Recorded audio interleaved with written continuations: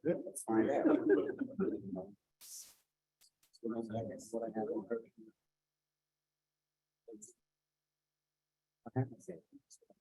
That's the way.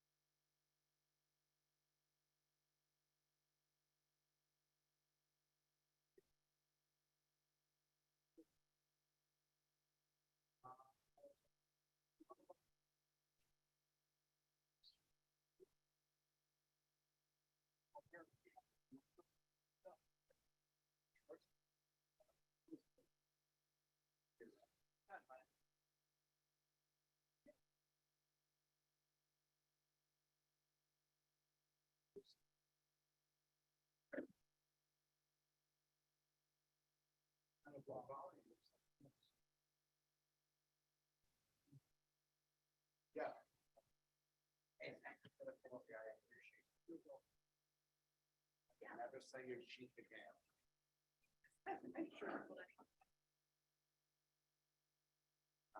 $40 a month and I got a cup of coffee. It's the thought that counts it. Yes, I will. Really sugar. Yeah.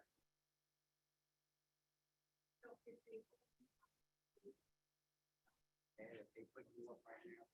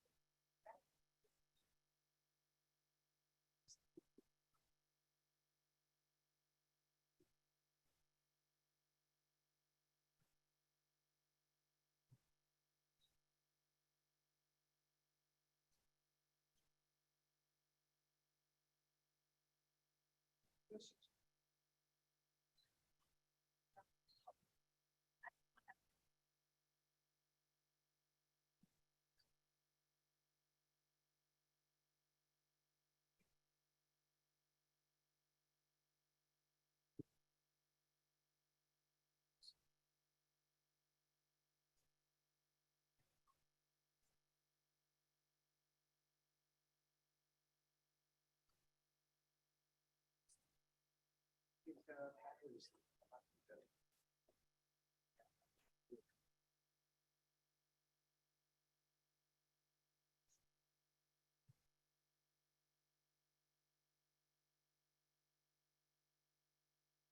on that?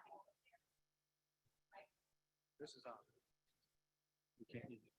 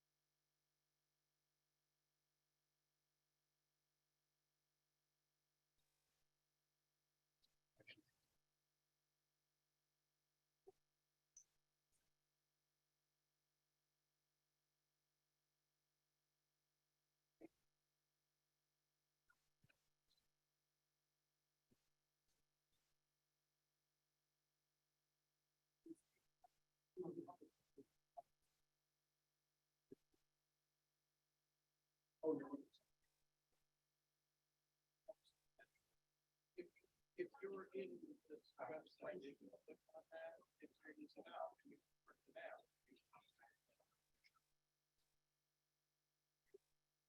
I'm speaking through my microphone. Can you hear me? Awesome. That's what I wanted to check. Thanks so much.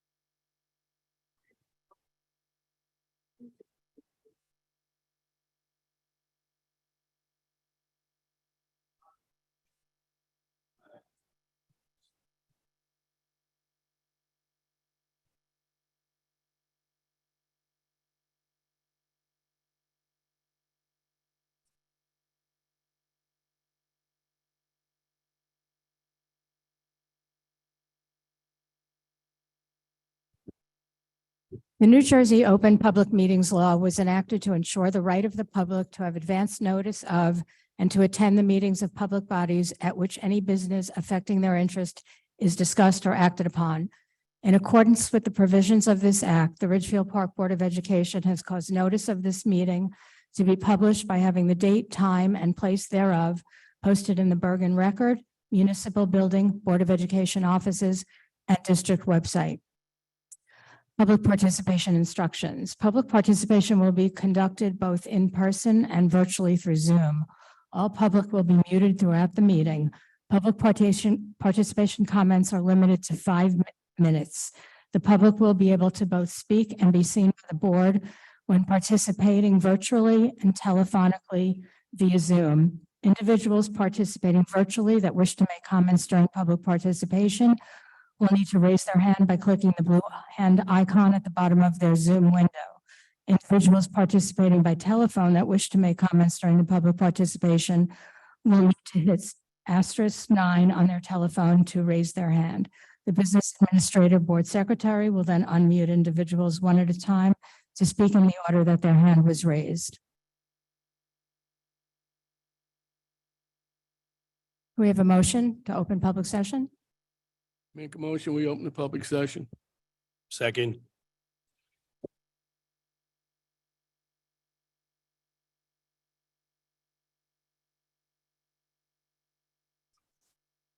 Mr. Cathcart, Yes. Mr. Gibbons, Here. Mr. Vitros, Mr. Gomes, Here. Mrs. MacNeill, Here. Dr. Martinez, Here. Mrs. Orth, Here. Mrs. Rodriguez, Mr. Verselli, and President Fernandez. Here. Also present, Dr. Barry Haines, Acting Superintendent, Mrs. Carrie Grabstein, School Business Administrator, Mr. Tom Egan, State Monitor, and Ms. Carrie Wright, Board Attorney. Hey, Simone. Dr. Haynes, I believe, can we introduce the students? Sure. Again, I'd like to welcome our two student representatives, Ashley Montoya and Gabrielle Gutierrez. Thank you so much. And as always, I will extend polite applause is always welcome. Because we believe in student representation and participation in our meeting. Also, as we're understanding and supportive of your homework, at 9:30, if we are still convening our meeting, you are welcome to leave. But thank you for joining us. Hey, Simone, can you just check if Mrs. Wright is in the waiting room by chance? Thank you.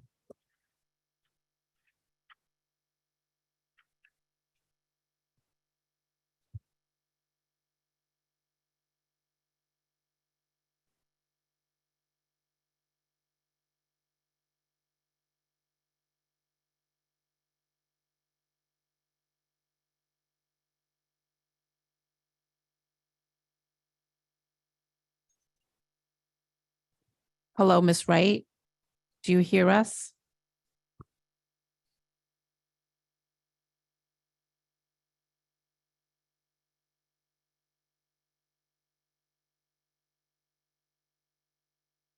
I do. I hit the wrong button. Apologies. I do hear you. Okay, thank you.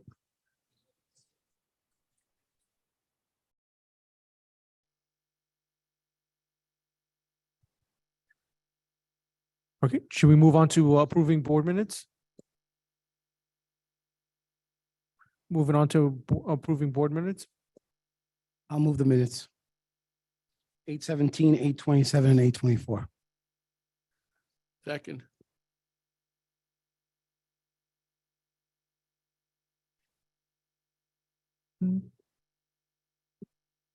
Dr. Martinez was first, and who was second? Thank you. Dr. Martinez, were there any questions on the minutes from those specific dates? Okay, seeing none. Mr. Gibbons, Yes. Mr. Cathcart, Yes. Mr. Gomes, Yes. Mrs. MacNeill, Yes. Dr. Martinez. Yes. You moved it, right? Mrs. Orth, Yes. and President Fernandez. Yes. Moving on to communications. No communications. Moving on to acting superintendent's report. I'm so sorry. Committee reports of faculties and programs. We did not meet as a committee. Social and emotional subcommittee, Dr. Martinez. We did not meet as a subcommittee. We had the Social Justice Cafe last time. Perfect. Moving on to buildings and grounds, trustee Cathcart. Buildings and Grounds Committee did not meet, but we have received some dates in December to meet with Ken Ochab to discuss the master plan.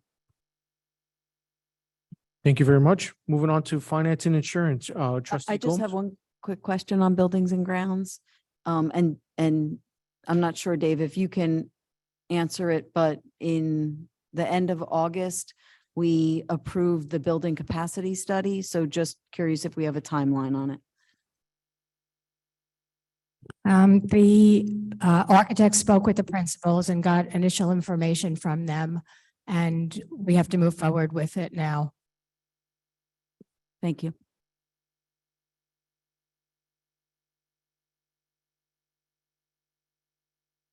Finance and insurance, trustee Gomes. Yes, thank you. The Finance Committee met on November 7th. All were present except Mr. Phytros. At that meeting, we discussed the audit. The current school audit will not start until the week after Thanksgiving. We're waiting for the adjusting entries. We also discussed some new grants that the governor just brought back. So we will be applying for those. Those are grants for us to do capital maintenance. And also we discussed increased health benefits.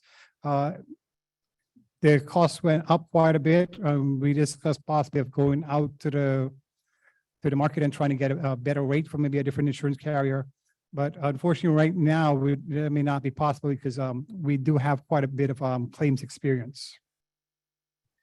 We also discussed the breakdown of the sports budget. There are some discussions as to how can we make it equitable for all students participating in all different sports.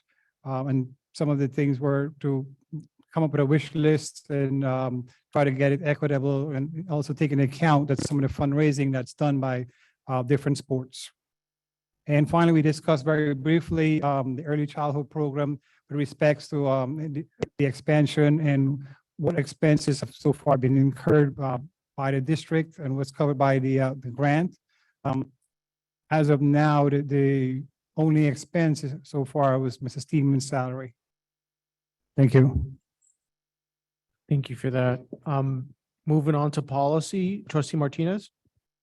Policy Committee met on 11/7. Present were the acting superintendent Barry Haines, President George Fernandez, Michelle Orth, Diane MacNeill, and Belinda Rodriguez, and myself.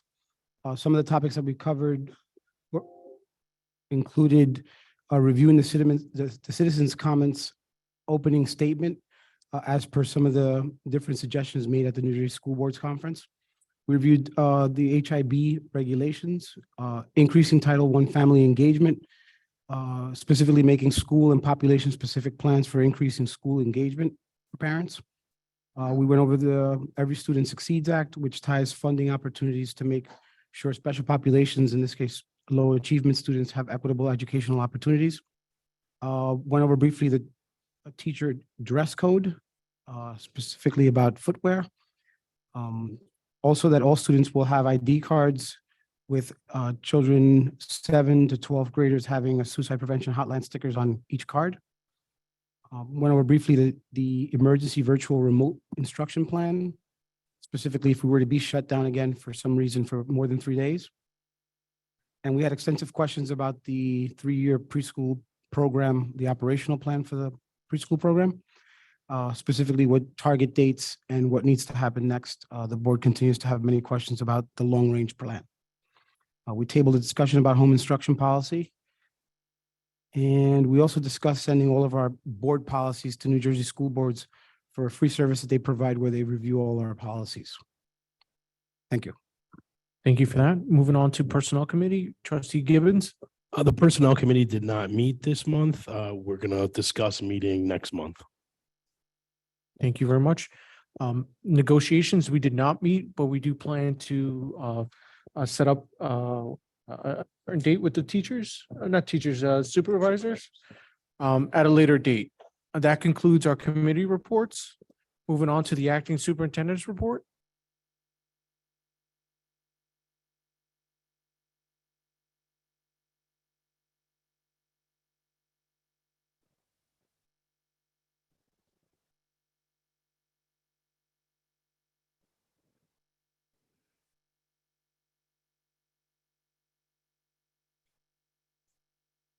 So the acting superintendent report is somewhat short tonight. Going to cover 3 things: Education Support Professionals Day, the New Jersey School Board's attendance by our board, and November 8th, Professional Development Day. First and foremost, this is a day to congratulate and thank our education support professionals, and I'm going to read a little statement. For the army of people supporting our children every step of the way, they're employees who work long hours, navigating multiple bus routes, tending lovingly to cuts and scrapes, repairing school buildings, keeping classrooms clean, and preparing healthy meals for students. In other words, these are not the teaching staff.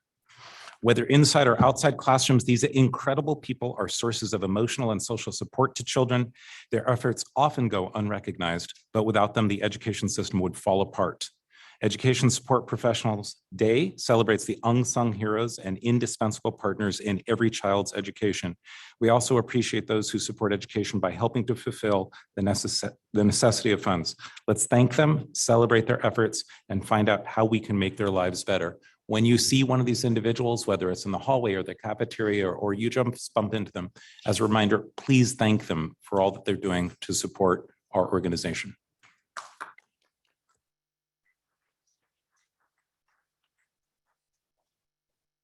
Speaking about all the volunteerism in our learning community, the 10 members of our Board of Education, which again is a voluntary position, they do not get paid to do this.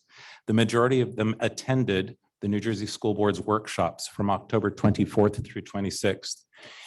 And I had the privilege and pleasure of going to many of those workshops myself with our board members who took the time to go to Atlantic City and to attend workshops such as Robert's Rules, Special Education, Leading with a Governance Mindset, Perspectives on Late Start Times for High Schools, Responding to the Public, Presiding During Challenging Times, as Dr. Martinez talked about, and Improving the Future Readiness of Your Students.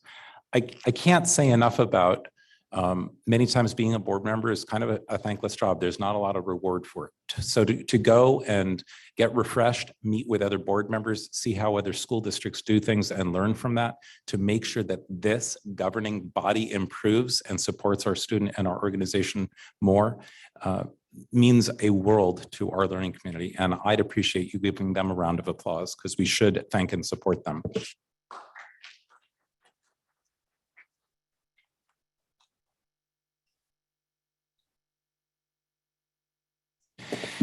And finally, a lot of times the board and the community support professional development days, but there's not a lot of follow-up as in, so what did you guys do at that time, such as November 8th? So I walked around that day, I talked to a lot of teachers and administrators, and I took pictures so that I could kind of peel back the layers of the onion and share with you some of the good work that our professionals engage in on a professional development day.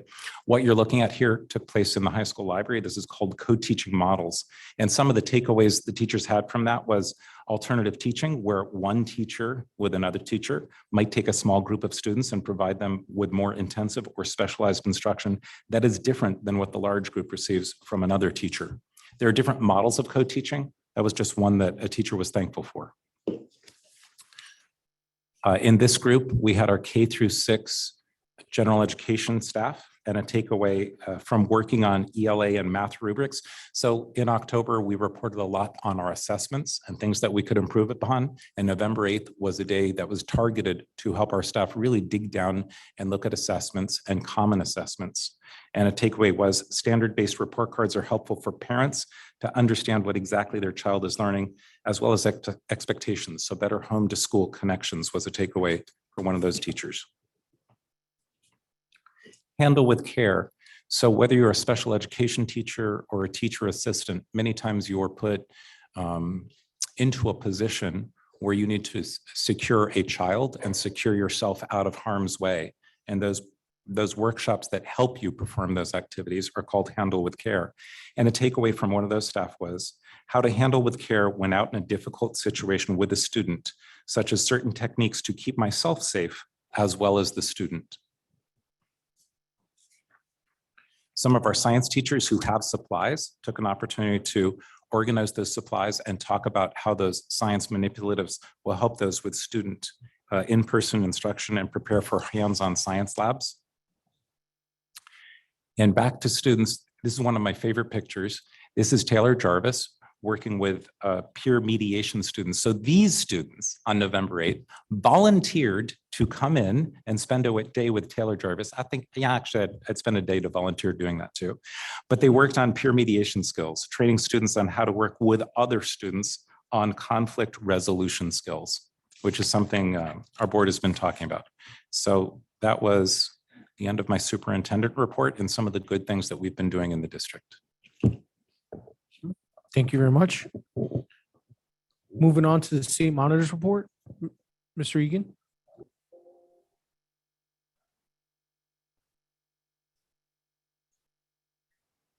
Mr. Egan, we can't hear you. I'm going to call you and then hold my phone up to the microphone so we can hear you.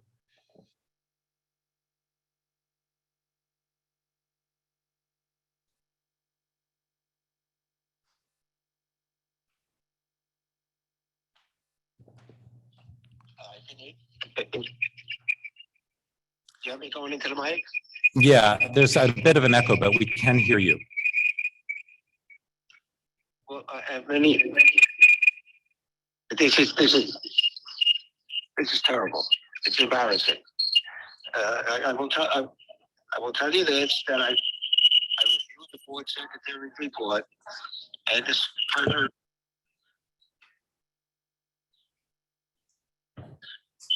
funds to meet the district's obligations through the end of the year. I do want arrangements to make other things that I wanted to say about how I like the district to move forward. One topic is that I've already started to look for additional space in the town to expand preschool. And I think I've made some improvements. I've also took some of the things involving what's going on with the buildings and grounds and some of the I think that can be done better. There's a buildings and ground building coming up, which I'll explain in detail at that. I wish I had more time. Thank you. Thank you, Mr. Egan.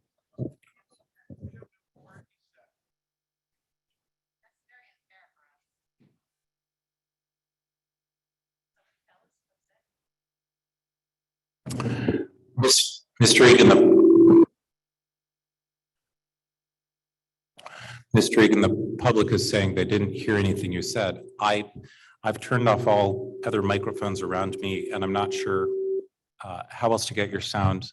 Mrs. Kelly, if I hand you my phone and you take a speaker away, a microphone away from a speaker, could potentially the public hear Mr. Egan?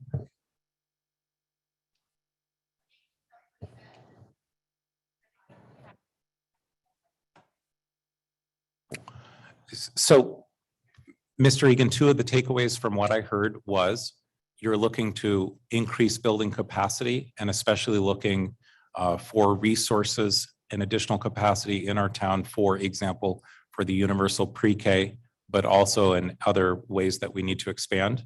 You're also looking forward to working with our Buildings and Grounds Committee, but that will come up as you participate more with the Buildings and Grounds.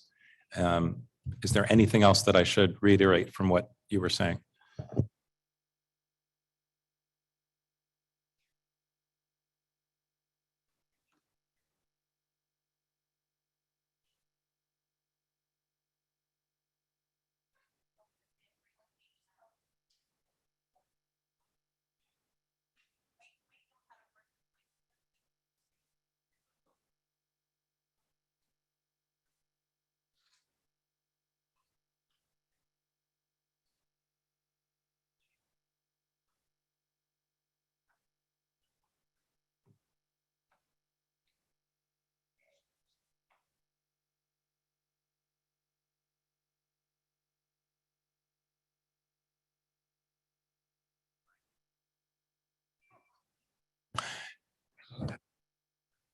I'm going to summarize that his goal is to move forward and improve the district. And at this time, he has no further comment until we improve the technology in the audio system.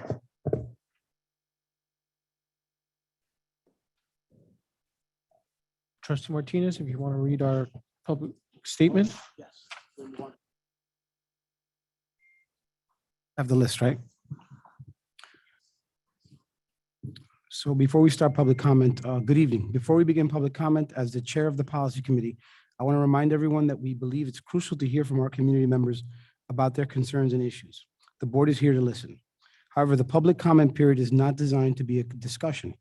Accordingly, the board may respond to easier questions tonight or may not respond to questions tonight, depending on the level of research needed to answer the question. This is because we take your concerns and questions seriously, and we want to have sufficient time to process and research issues, if need be. We will, however, expect Dr. Haines or the relevant staff member to get back to you. I also want to point out that under state and federal privacy laws, the board is unable to respond to comments related to school personnel or students. Please know, however, that we take personnel and student concerns very seriously. On these matters, we would ask you to go through appropriate administrative channels, such as your school principal, the administrator in charge of that department, or Dr. Haines. We want our school board meetings to serve as an example to our students that members of our school board and members of our community can deal with controversial issues in a civil manner and demonstrate mutual respect for one another. In that spirit, we will insist that all speakers and members of the audience comments to the board president directly rather than the audience. Finally, I want to remind everyone that the board and the administration is reachable by email. For tonight's meeting, there will be 2 public comment sessions, one on agenda and one off agenda. There's a sign-up sheet at the podium. We will call your name in the order that you sign in. Each member of the public will have 5 minutes to speak during each comment period. Time cannot be transferred to other individuals. The public comment period will be 1 hour on agenda items and 1 hour for non-agenda items. Please remember to state your name, the Ridgefield Park mailing address, and keep your comments brief to allow sufficient time for other members of the public to speak if they wish. Thank you for your cooperation and support. Thank you for that. Mrs. Ramos?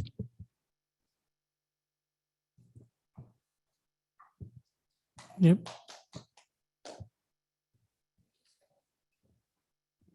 Good evening. I'm going to make this because I know I have 5 minutes, so I have to talk fast and get it out quickly. First and foremost, I would like to congratulate the newly elected board members, Brian Cootie, Jody Kraft, and Carol Velez. I look forward to a breath of fresh air with new candidates who will join the board in the new year. This day cannot come soon enough. Thank you, RP residents, for getting it right again. So I'm looking over the agenda and I see a lot of the information for about the pre-K, and I'm not sure if I heard the monitor say something or try to say something about the pre-K also, but I couldn't hear him. But I can't help but notice that Ms. Theimann's contract is not on the agenda for renewal. And if I'm understanding from the past meetings, her contract is only extended until the December. So I was wondering why it's not on the agenda tonight up for renewal. And if it is, or if it's going to be up, maybe it's going to be up next month, but. Is that your comment, Mrs. Ramos? Yes. Well, it's a question.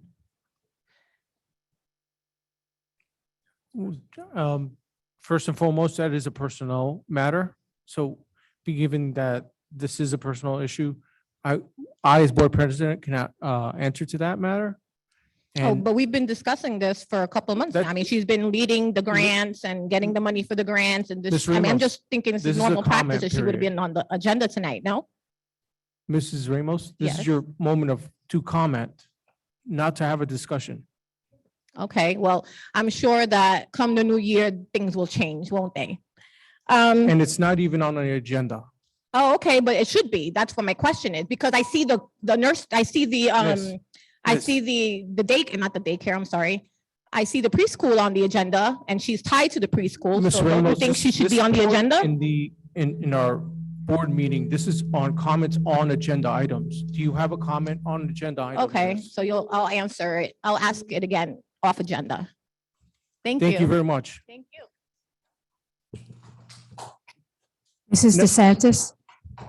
Again, I want to reiterate to the crowd that this is a moment for you to talk about or on agenda items, please. Good evening. Susan DeSantis, 15 Homestead Place.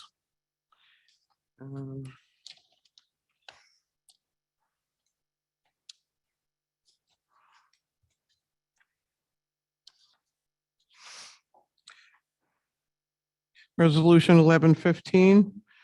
How many students are in this?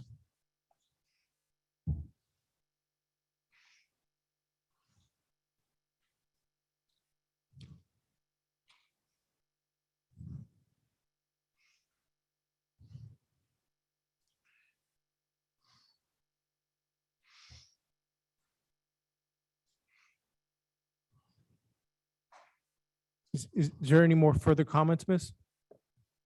You can't tell me how many students are in 1115? So 1115 is part of the inclusion program.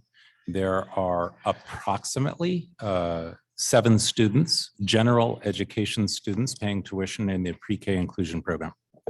7 general ed and what? I'm sorry, 7 general ed, and I believe 8 special needs students.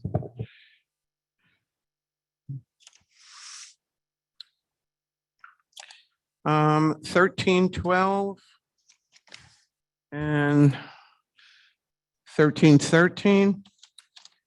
My understanding is a lot of these teachers that are getting extra compensation are being taken out of the classroom to do this job and substitutes provided. Is that true?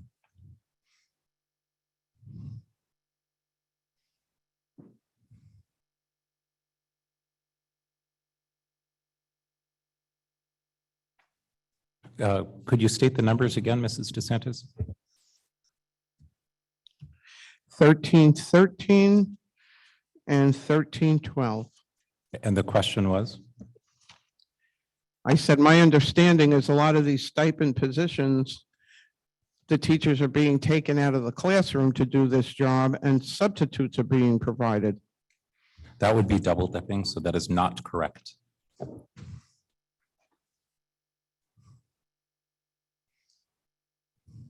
Okay, thank you. Mr. Sadler,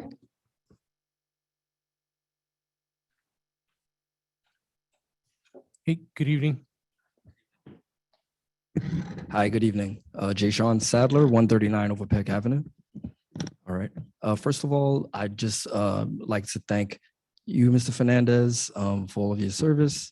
Although we have adamantly disagreed on some basic policy matters, I do appreciate the fact that at least interpersonally there's been mutual respect there and we could converse. The same for Mr. Verselli.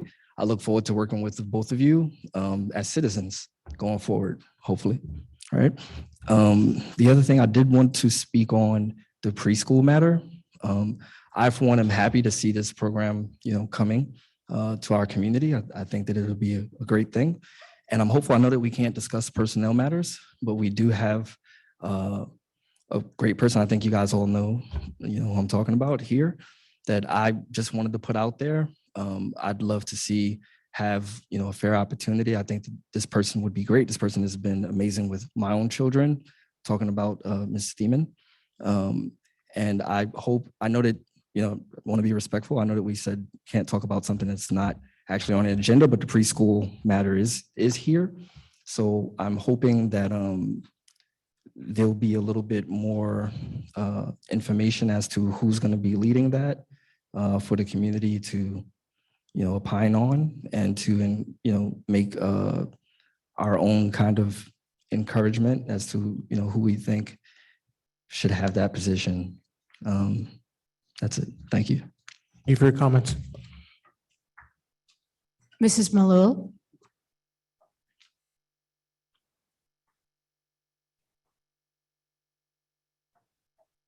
Hey, good evening, miss. How are you? Good evening, Janet Malul, 163 East Grand Avenue. I'm looking at resolution 9.05. Submission of the 3-year preschool operational plan.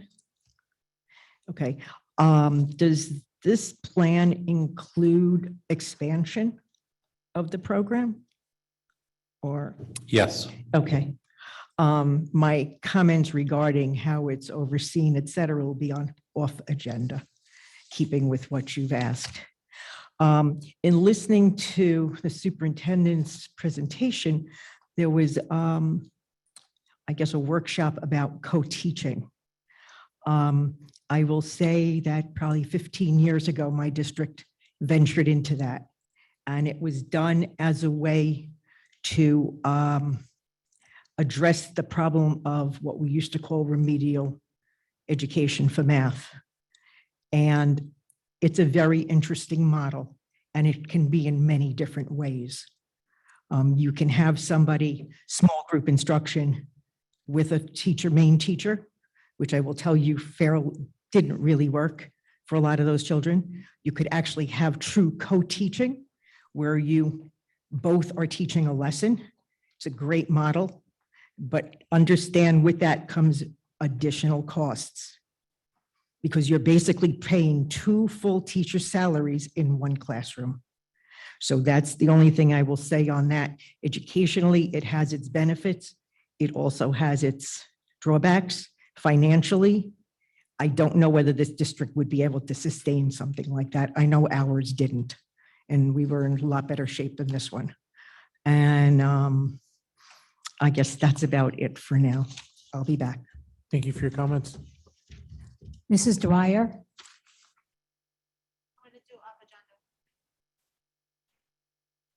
Mr. Raftery?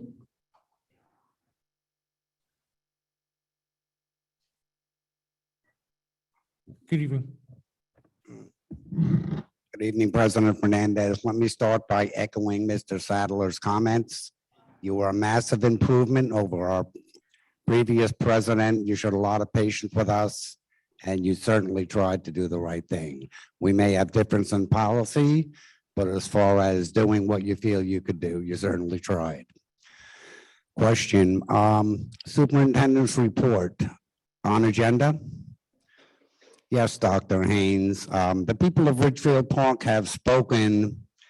They are very unsatisfied with your report. Your report goes to the teachers, all the people that supported the students, and the other special day you had without not one word about academics to our children.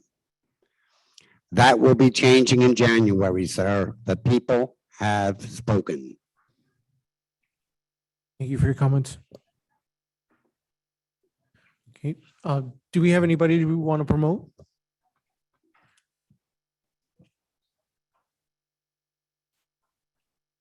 Take your time, miss. Good evening.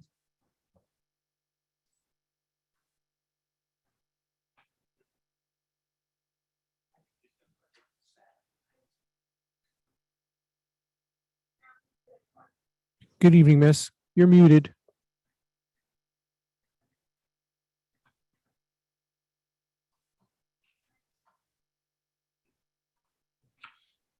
Miss Tina, can you hear us?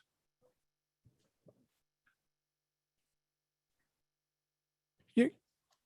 Miss Tina, would you please unmute yourself? Good evening, Sharon. Hi, how are you? Good, and yourself, miss? How are you? Okay, thank you. Sharon Ramirez, 205 Overpeck Avenue. I just wanted to discuss 9.5 about the pre-K 3-year expansion.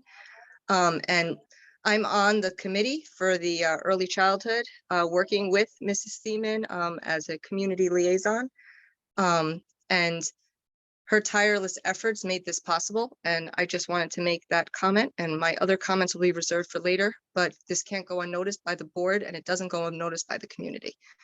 So I will reserve my other comment for later. Thank you. Thank you.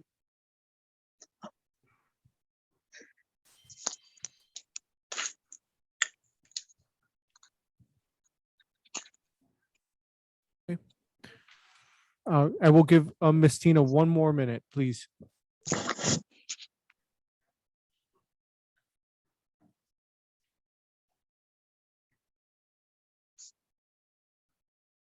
Okay.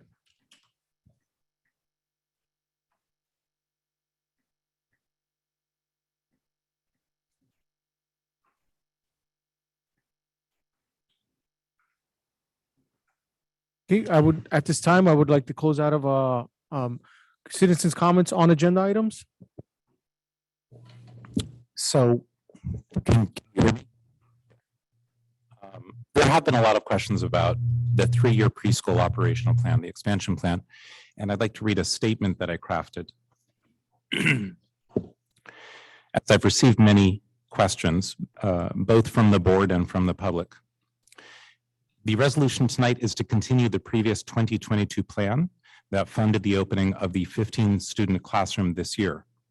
As your superintendent, in collaboration with our trustees, I recommend the expansion of this preschool program as benefiting our entire learning community. 4, 1, equity, so that all Ridgefield Park 3 and 4-year-olds have access to high quality preschool instruction, not just our special needs students who are guaranteed this right through state mandated programs.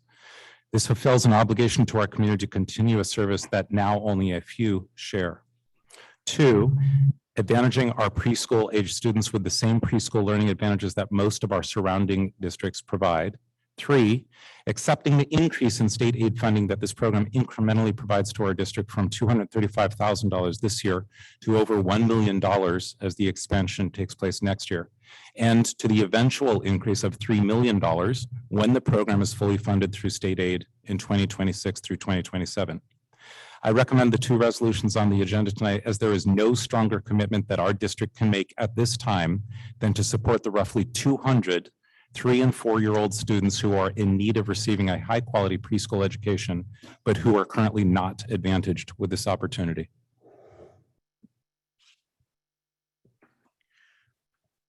Moving on to resolutions. Faculties and programs, would trustee Gomes. You know what? Oh, that's right. Yes, Hi. faculties and programs with Mr. Martinez. Okay. Can we have the record state that Mrs. Rodriguez is here? Mrs. Rodriguez came in at 8:15. Thank you. Do you guys hear me? Yeah.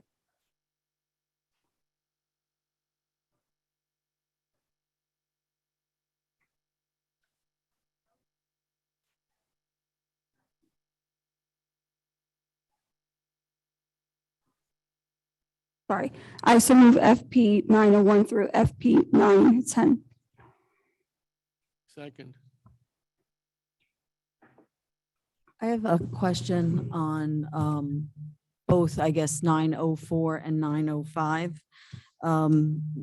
The pre-K grant operational plan had a deadline of the 15th, so I'm assuming it was submitted yesterday. Within that, there are a few things that I had questions on. There are three people listed, 2 of whom say that 20% of their time will be spent on pre-K, 1 who has 60% of their time spent on pre-K, and I'm wondering how we backfill that for the rest of the population. And my second question is, there's a comment about we will begin using Title I funds in June of 2023 for pre-K, and I'm not sure what that means or to what extent we plan on using those funds.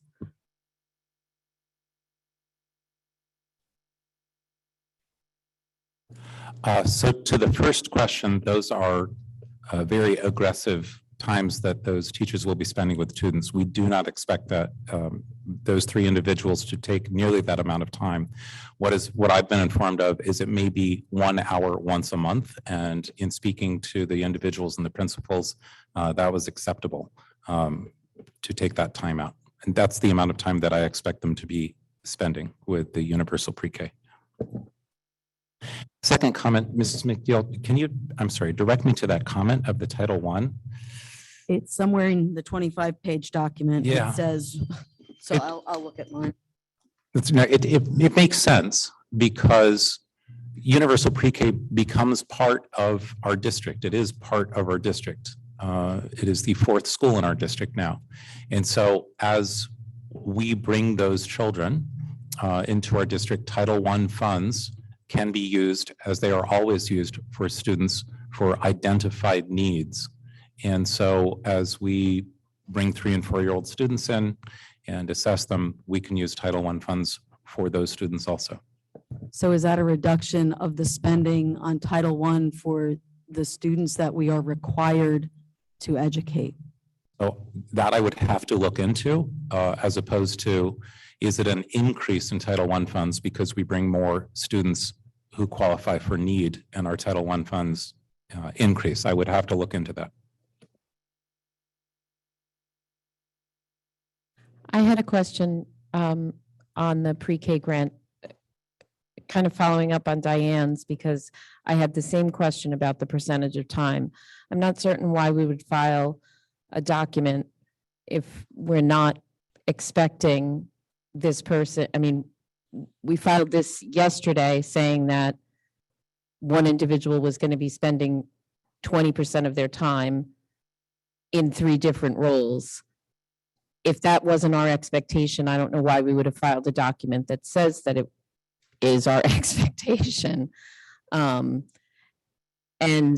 more importantly, my other question was, is there an additional deadline for this? Because while I'm supportive of the pre-K, of the universal pre-K, I feel like this board is constantly being put in the position of post-approving things. And I am not comfortable rubber stamping something that's already been done.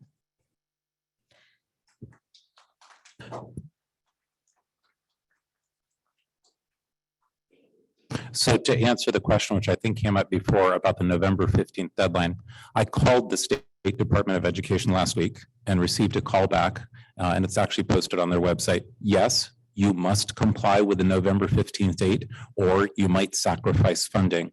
And looking at the difference between $235,000 and $1 million, we did submit on the November 15th deadline with the expectation that if the board as a governing body did not choose to approve this tonight, that it could be rescinded. Better, but I was informed, better to submit it and have it approved so that you can guarantee the funding for next year than to not submit it, risk all of the funding and not have it done. So the board has an opportunity now to go ahead and not vote for it and rescind the resolution. When do we hear back from the Department of Education? And in what time frame do we have to get a meaningful discussion on what the long-term plan is, as opposed to a presentation on how great the first 15 students for a month was? So there were 2 questions there. The first, I'll have to research to see what the turnaround time is for the grant and when we'll hear back. And to the second question, because we did spend some time in the policy committee, and I'm very thankful to our trustees to craft 5 or 6 well-formulated questions about a plan moving forward as far as capacity, as far as what locations we're looking at in the district. And those discussions will happen, including Mr. Egan at this point, who is looking to increase capacity in our district, knowing our needs. So we welcome Mr. Egan to come into those discussions and collaboratively work on those problems and craft a plan together. So I guess my question is it a requirement that we vote on it tonight, or the board, the Department of Education is assessing it because it has already been submitted, and we can have time to have a meaningful conversation on what does it mean if we get this? What does the Title I fund usage mean? What does the 20, 60, and 20% of the teacher time mean? And a number of the other questions that we had. Excuse me, Barry, can you hear me? Can you hear me now? Yes, sir. Yes. I'm a little embarrassed. I had to call my 12-year-old granddaughter who helped me do something with my computer to make me audible. I apologize to my aggravation at some of the tech people that it wasn't right. It was me. To address this situation, it's absolutely imperative that we submit the plan and approve it tonight. Just like if when the board approves the budget, the regular budget, and numbers are put into certain line items, as the year goes on, those items can and amounts can be changed. The point being is that the total budget has to be approved, and you can make changes as you go on. So like with the general budget, that would happen with this grant. And I just want everybody to realize that I'm totally in favor of supporting and support the expansion of the pre-K. And if you check my experience with it, the districts that I've been with, we've done tremendously in expanding it. And one of the key things to expand it is to get additional space. And I already have started working on that and dealing with a real estate agent and also talking with the borough and also with the planning board. And we're going to work together to get additional space to expand this program. Because if you don't have the space, you're not going to be able to expand it. Because if you expand this program, you're going to have to take space away from another program. We need additional space, and I'm working very diligently on that. And by doing so, we will, as the acting superintendent said, we'll be eligible for additional aid to fund it. So it won't cost the taxpayer this additional funds. And I've demonstrated it with the districts that I was in previously. And that's the business plan that we used, and it worked. And that's what I'm going to try and do in Ridgefield Park. I hope I answered your questions. You did. And just to clarify, I am not against pre-K. I believe in education. I believe in pre-K. I want to ensure that we have a plan that the board understands. With all respect, Mr. Egan, this is the second meeting I've seen you at. I don't know you. And the plan that we've been asking for from Dr. Haines, we had a meeting in the summer where we were going to dedicate a special meeting in October to understand as Judy Wilson called it, the arc of the story, right? What does it mean? What are we getting ourselves in for? And some of the questions that we don't have answers to are what troubles me. A few years ago, the board approved things that they didn't know the whole story on, and that's quite honestly why we have you that sits in our meetings. So if your recommendation is that we can approve or should approve this because we allocate the funds and we can make changes, I can accept that on face value, but I do need the plan at some point to understand that what we are doing for the pre-K students and all of the taxpayers of this town is something that this board can support. I totally understand what you're saying, and I agree. And the only thing I would add to that is there's basically two parts of the plan. One part is all educational and take care of the children, which I totally support. And I don't have an expertise in that area, but I do know what's needed is space. And I have an expertise in that area, and I know how to find the proper location, address how much money it's going to cost to fix it, and adjust it so that we can use it for children, and then go to the state to get the funding for that. As your questions concerning the plan on how to educate the children, I'm not an expert in that area, and I would rely upon administration to come up with their plan on how to do that. And I also fully support in true transparency that all your questions with respect to that area, ask away, because I can't help you with that area. I'm not an expert in that area. But when it comes to the expansion physically, I've already started talking with real estate agents, and I've located already a number of properties in Ridgefield Park that could possibly be suitable. And I'm going in that direction. And I believe there's a buildings and grounds meeting. I don't have a date yet. It's going to be next week, or maybe the first week in December, whenever that meeting is, all the results of my work, I'll present to them for them to transmit to the rest of the board.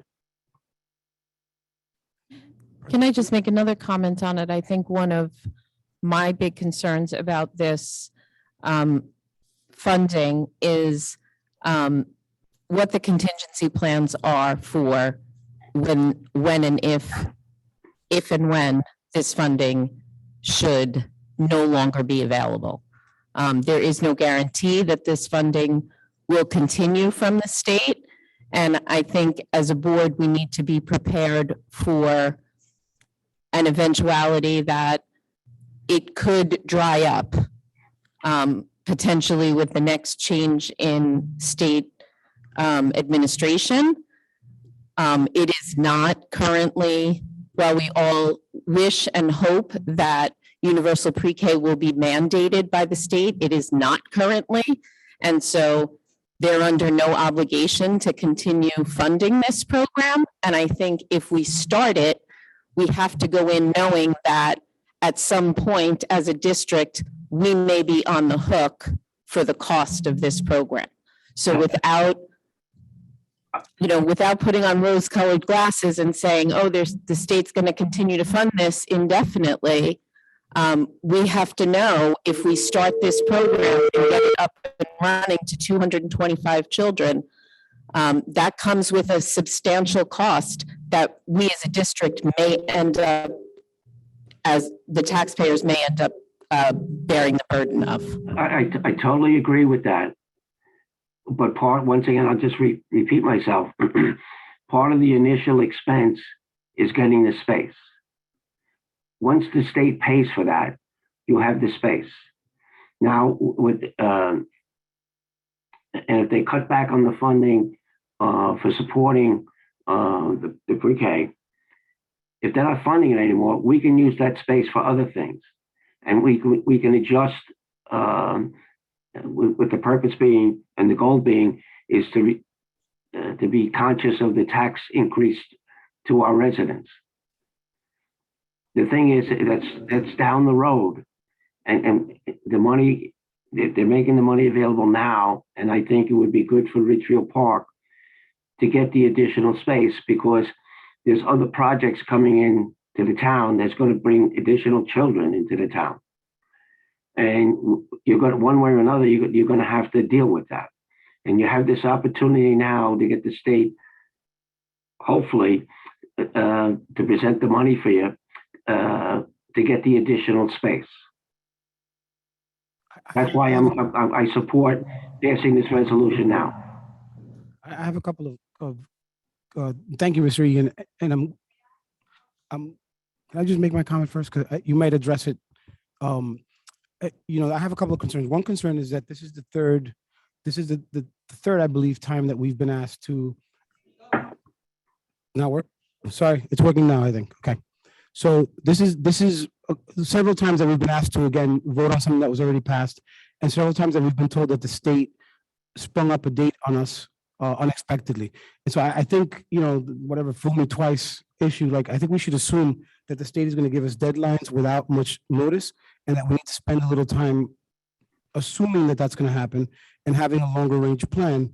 I've worked on many grants, and there are times that you just cross your fingers and put in some numbers and hope for the best, and that you can alter the numbers afterwards. But I think as a board, I'd like to know that we're planning ahead, and that at least in-house, we're not crossing our fingers, and we do understand what we're getting ourselves into. And so I agree with that. That's why I'm exploring getting additional space. Yes, Mr. Egan. But we can't get the additional space. We can't get the additional space until the state signs off on it. Yes, and I'm glad that you're taking that your hand is involved in getting us a space. I'm more concerned on the programmatic side and on the staffing side. Okay. That we provide a quality program. Okay. And that we don't just, this district has a long history of finding problems to plug people into rather than the other way around. So I'd like to make sure that we hire the best people, and that the program, whether it's curriculum or that it's really explored, and that the board is aware of it. Because when I was asked about questions for this grant, I sat with it, and I really didn't have questions because I don't have my mind wrapped around it. So I appreciate that we're gonna have to vote on this, it has to be passed, but I don't think this is good practice. Barry, I think Diane wants to be recognized. Good evening, Mrs. Theimann. How are you? Good evening. Good evening. Thank you for allowing me to speak. I think there's some misconceptions about the space, and I just wanted to be able to have the opportunity to just explain that part. And of course, I'll answer any other questions you have, but the space seems to be a sticking point for everybody, and I just want to clarify. So originally, as you all know, our first and only preschool that we've ever opened is in a partnership with the co-op preschool. We all know the exceptional reputation that the co-op has, and we're all very pleased with the partnership that we have formed. That being said, the co-op has already committed to continuing their partnership with us. The space that they are located in, as those of you that are familiar with the co-op, there is a very large back room that we have already submitted to the state of New Jersey to have approval to use that back space room to make 2 additional classrooms for next year. That is in the works. We already have the state of New Jersey committing to coming to look at that room to tell us exactly what we need to do as far as the renovations. In addition, that will be at no cost to the taxpayers or to this school district. The funding that is going to be given to the co-op preschool is what's going to be used to renovate that space. There is no additional cost, again, to the taxpayers. There is no additional cost to this school district. All the money that's going to be coming from the funding is what's going to be used to renovate that room. Mr. Orth, I believe you are familiar with the co-op setup, correct? Oh, no, you're not. Okay, Ms. MacNeill, did you ever use the co-op? No, my children went out of town. Sorry, I thought there was one board member, but in any case, the main room is where the classroom is now. You go down a hallway, and it's a short hallway, about 15 feet, and there's a large room that they've rented out over the years. That's the space that we are looking to have the state approve as 2 additional classrooms, the very large room. So it would need some renovations as far as a dividing wall. It would need probably a couple of upgrades as far as stairway doors put in, but we're not talking about a tremendous amount of work. And again, the co-op has committed completely to their partnership with the school district. So this would not be us looking for additional classrooms for this September. The year after, for the 3rd year of the universal preschool, that's when we're going to have to be looking at additional classroom space outside of the co-op. However, the other part of this is the co-op board is, again, completely committed, and they have said that they will rent additional space if need be to get the co-op as part of it. So if they had to rent an additional building under their name and use the funding that they receive, that is what the plan is. So it's at no point are we looking to take over school space, because we're already out of space, quite honestly, in the schools. We know that we're busting at the seams. So that was never the plan. So I just wanted to make that clear. And when this plan was submitted from me to Dr. Haines, in the plan, it states co-op preschool. There's not us looking around right now for empty buildings. That's not where we're at right now. Right now, we're at the point where the state is going to come in, look at the facility, and see what the availability is as far as the renovations that'll need to be done and the approval. We already have the preliminary measurements into them. We have all of that as far as they've seen the room already in the past years when the co-op themselves were looking to expand. And we could easily fit another 2 classrooms in that back room. The church also has an additional space that we're looking into, but this would all be done through the co-op itself. So I hope that answered some of the questions about the actual space, because it wouldn't be until year 3 that we would be growing it past then. So next year we'll have the 4 classes. But I thought my understanding was that we were opening an additional 3 classes in September 2023. Yes. So there's an additional 2 classrooms. Right. And then there's an additional adjacent property to the co-op right now that is also owned by the church. where we're renting, or the co-op is renting, I should say. And then there is another additional space a block away, again, all through the co-op's name. This would not be the Ridgefield Park School District renting the space. This would be the co-op preschool. I think that the questions that I have are not solely about space. Okay. They're about the program. They're about the teacher time that's in district time. It's about the Title I funding. It's about some of the questions that are in the document about what is our plan to handle PD, a number of different things. And with a one-line answer in a 25-page document, the arc of the story in terms of what is our plan, it sounds like you've got it. We just don't know it. And I think that is the issue that I have in being asked to approve this with what Mr. Egan had said about the need to approve it tonight and we can make adjustments. That's great. Also in the document, it talks about the way that we will administer the budget with the partner site. There's nothing in here that talks about how are we administering the budget with them? What are we spending this money on? I know that we have to upgrade facilities. I know that we have to put in the right tables and chairs. When the co-op went live with pre-K, they gave away all their stuff because they had to get new stuff. And I just think that it's important for this board, even though it's quote unquote grant money, it is taxpayer money, not solely out of Ridgefield Park, but out of this entire state. And the way that we are administering the budget and understanding how we're using it, we need to be fiscally responsible. And the educational plan, we also just should understand what that is. So I don't believe, Ms. Theimann, that it's anything that you can answer today.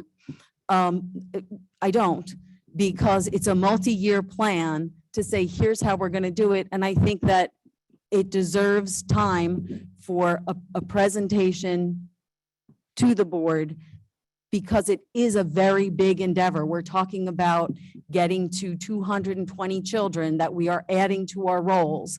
That's a big number relative to how many people we educate, and I think it deserves the time.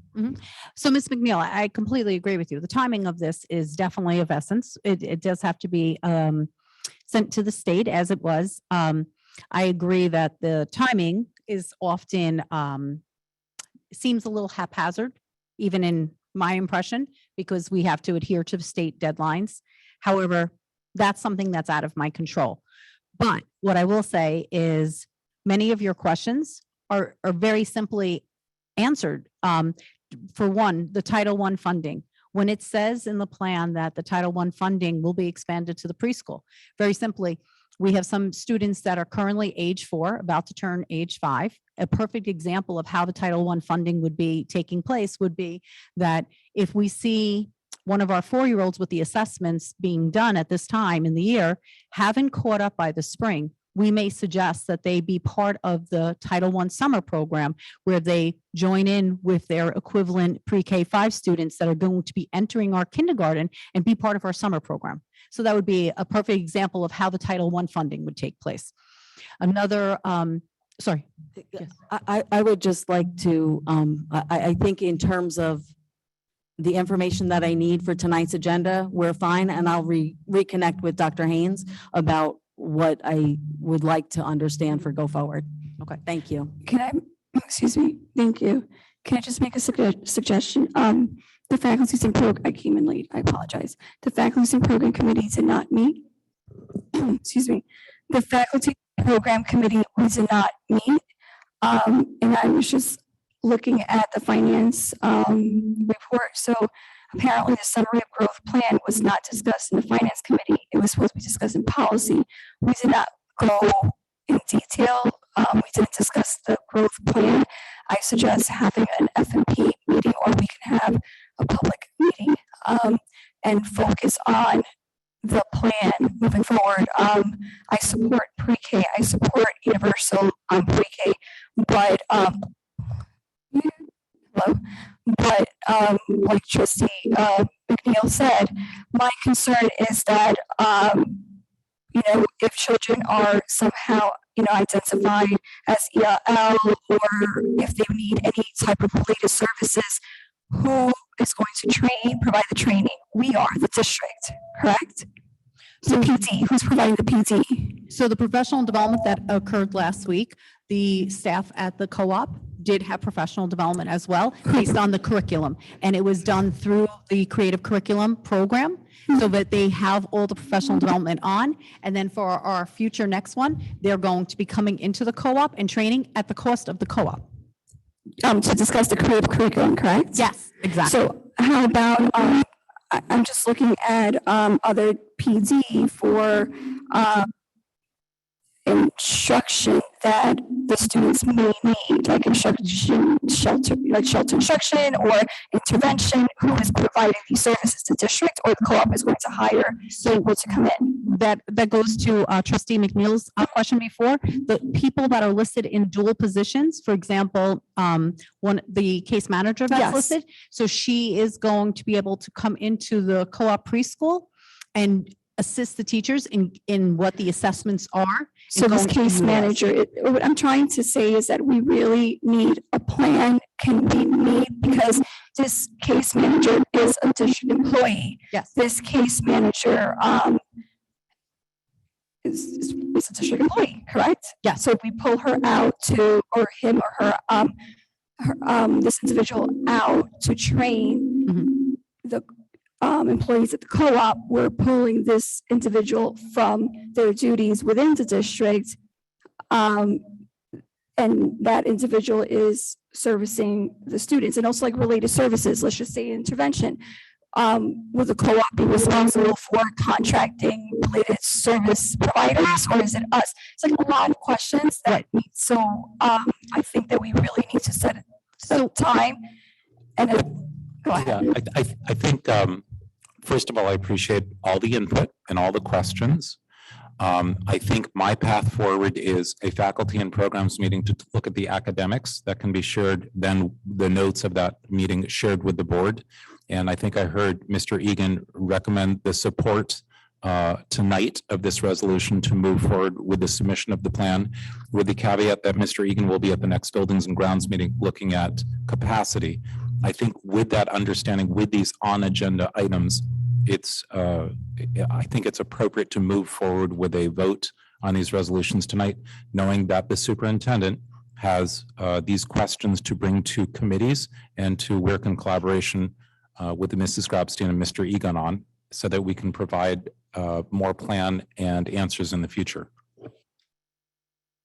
But Dr. Haynes, sorry. So when you meet with these different committees, and I understand you'll share the notes, can you then share with the whole board like a comprehensive plan? Something that's very simply written that we can fully understand, ask questions. What do you want to have a separate meeting for that? Or it's just something that a document you share with us, you know, that we can actually ask questions and fully track and follow these things?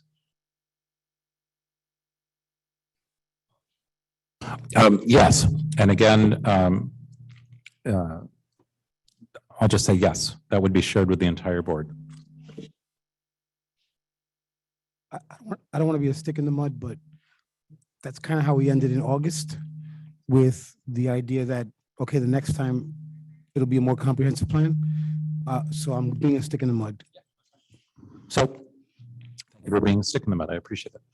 So the plan, as I understood it at the end of August, was the state gave us a template, which we completed, and that was a plan. The state gave us a template for November 15th. I completed it. That's called the 3-year comprehensive plan. And my understanding was that satisfied questions from the board. It wasn't until this past week when board members say, no, the information I'm specifically looking forward to, such as where are we going to expand? Does it require busing? Does it require us building code to meet code? Who's doing the inspection of those spaces that we're using? All of those minute things are not required by the state. So it was revealing to me, as board trustees asked me questions for the kind of plan and the kind of detail that you wanted me to provide you with answers with. So that only was revealed to me this week.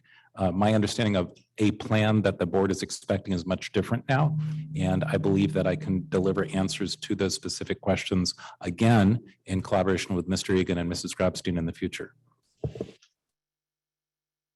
Mr. Fernandez, any other questions for me? No, that would be all. Thank you so much for your time. Thank you, Ms. Theimann. Okay, so we have Mrs. Rodriguez with moved the motion and Mr. Cathcart seconded. I'm going to take a roll call. Mrs. Rodriguez? Yes to all, but we need to have a meeting, have a detailed plan, be able to discuss this plan. Mr. Cathcart? Yes. Mr. Gibbons? Yes. Mr. Gomes? Yes. Mrs. MacNeill? Yes. Dr. Martinez? Yes. Mrs. Orth? This to all except 905. On 905, I'm a no because I think I've been clear that I've wanted a plan since January. And I'm tired of being put in the position where I'm being asked to approve something without having the plan. And President Fernandez? Yes. Okay, all motions pass. So at this time, I'd like to again thank Ashley Montoya and Gabriela Gabby Gutierrez. Thank you so much for coming and joining our meeting. We really appreciate you being here and providing a student perspective. You're free to go home and do homework.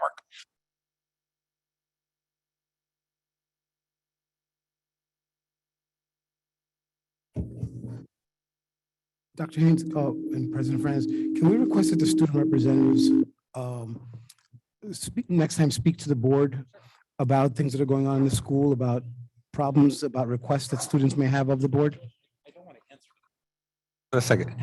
So Ashley and Gabby can, I don't want to speak on your behalf, but the board and the community really appreciates the student perspective. So if you'd like to prepare something, whether that's in the form of questions or a presentation, or again, things from your perspective about our learning community, we are very receptive and want to hear your voice. Thank you so much. Have a good evening. And God bless you, whoever sneezed. Moving on to buildings and grounds. Second.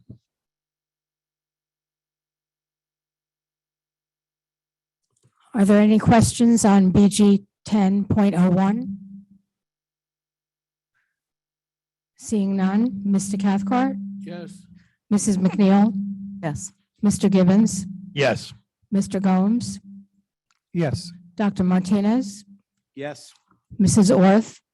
Yes. Mrs. Rodriguez? Yes. And President Fernandez? Yes. Motion passes. Moving on to finance and insurance, trustee Gomes. Thank you. I so move FI 1101 to 1123.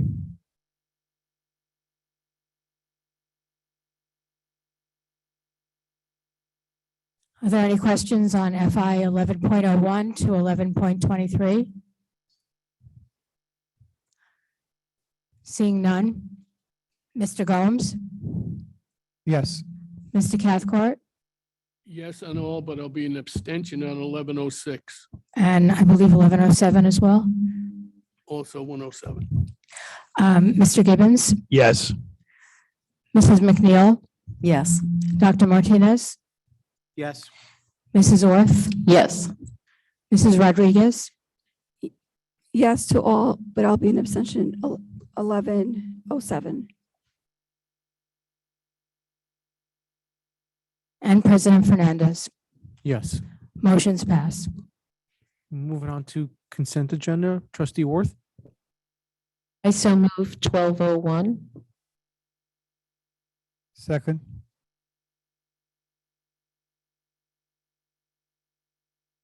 Are there any questions on CR 12.01?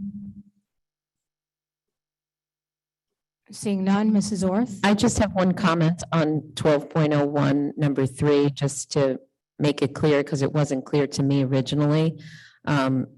The use of facilities for bingo is not a traditional bingo game, but a children's game to win prizes of candy. I don't want anyone thinking that we're approving gambling. Correct. Okay, Mrs. Orth, Yes. President Fernandez, Yes. Mr. Gibbons, Yes. Mr. Gomes, Yes. Mrs. MacNeill, Yes. Dr. Martinez, Yes. Mrs. Rodriguez, Yes. and Mr. Cathcart. Yes. Motion passes. Moving on to personnel, trustee Gibbons. I so move 1301 to 1314. Second. Are there any questions on resolutions P 13.01 to 13.14? Seeing none, Mr. Gibbons, Yes. Mr. Cathcart, Yes. Mr. Gomes, Yes. Mrs. MacNeill, Yes. Dr. Martinez, Yes. Mrs. Orth, Yes. Mrs. Rodriguez, Yes. and President Fernandez. Yes. Motion's pass. That resolves our resolutions. I'd like to move this time to citizens' comments off agenda items. Mrs. Ramos,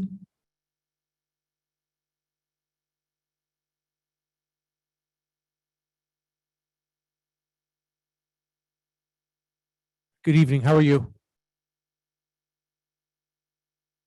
You broke it.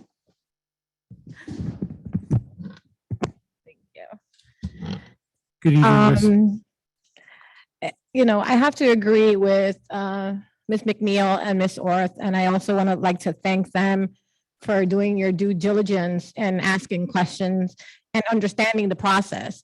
We're not crazy, and they're not crazy when they ask these questions, because many of us who've been attending meetings and coming and hearing this, we hear the same thing over and over again. We don't get any straight answers. Nobody's on the same page. And as a board, you guys should be a united front, meaning that you all should have the same information and able to make an informative decision when it comes to these things. I understand that Dr. Martinez says that these things do have deadlines and they can be brought at any time, but at the same token, we've been discussing this for a year, and it always gets pushed off and nobody ever answers. So it feels like nobody's on the same page, and you all should be on the same page. Sharing information, just as a jury has to come to the decision whether they're going to find someone guilty or not guilty. It has to be unanimous. Same with the board. You guys all should be able to come together, discuss what the matters at hand, and be able and understand it before coming and having to vote on it. It's ridiculous that we keep asking for the same information, and it seems like nobody's on the same page. There's different things being discussed.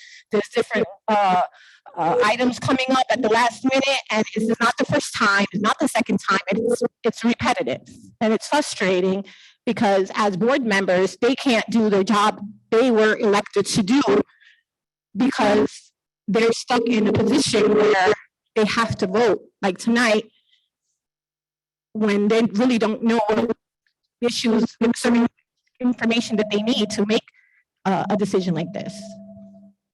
But I do respect that they ask the questions, because this is why board officials are elected to ask these questions. We are discussing different matters of this pre-K, but again, I'm going to bring up a question that I think is very important in all of this also is a contract of the person who handles all these grants. Is she being renewed? Why is she not on tonight's agenda? Is she going to be on December agenda? Is that something I think is fair to ask, since we are discussing it? You did discuss other personal matters, so I don't think this is something that shouldn't be discussed. Can you answer that, Mr. Haines? We don't discuss personal issues in public. Well, this is not just about a personal issue. This is about a whole pre-K program and somebody who's actually directing and managing the funds and the grants that we receive. So why is this some kind of X file hitting information from the public that you cannot share with us? Can you be transparent and let us know what is the process? What's the next steps? I mean, not many employees are giving a contract for half a year or a couple of months. And so I'm just finding that a little strange. So now that her contract is up next month, I would like to know if she will be renewed.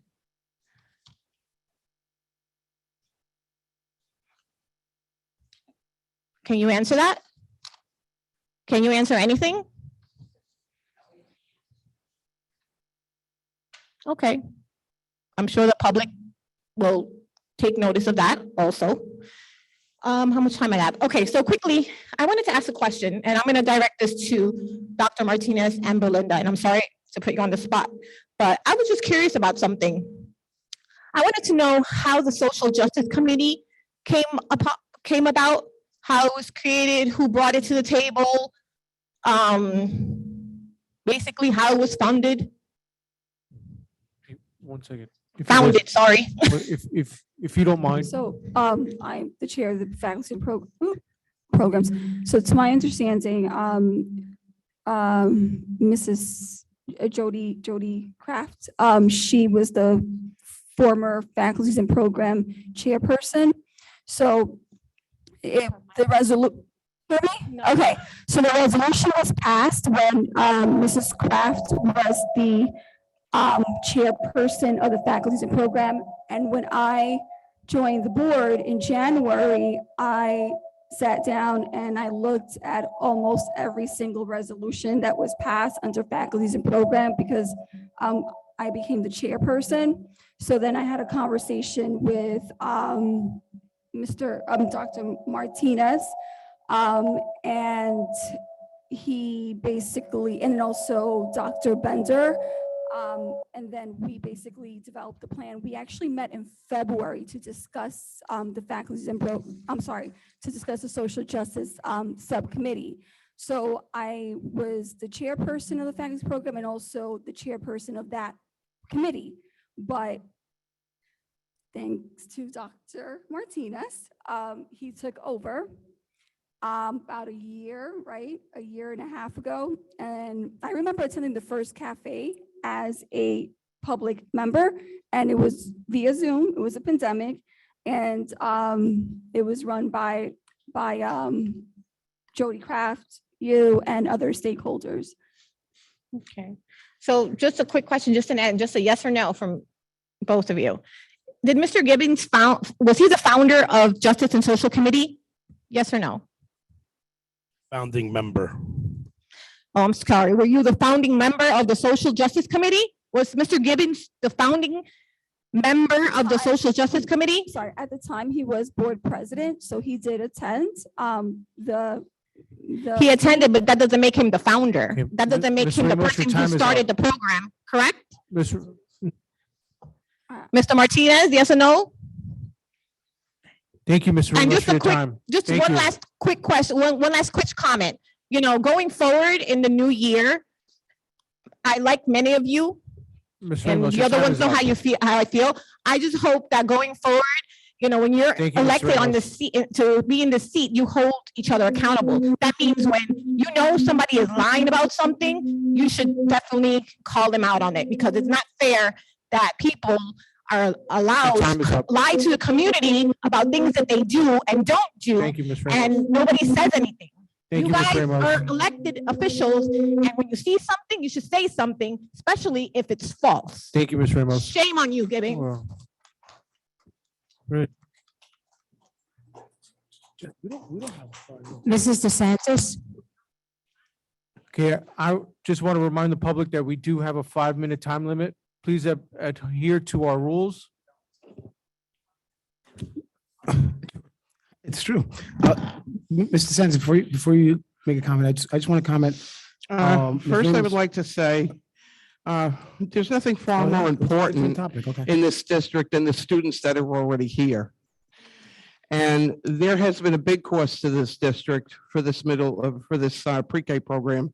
And that was the middle school principal for the 7th and 8th graders. You said the principals okayed the time off for this 20% and 60%. Who's watching their classrooms? I didn't say time off. I said the principals will work on a schedule to allow the faculty to meet the compliance of supporting those students for those issues that are needed and supported in the grant. Okay, I'll check the video. On March 22nd, Mr. Gibbons said that he was seeking an advisory opinion from the Ethics Commission about working for the Little Ferry District. What are the results of that?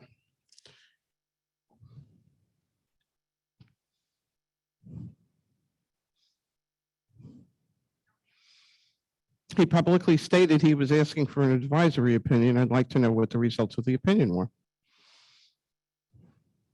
Mrs. Wright, if you want to attest to this.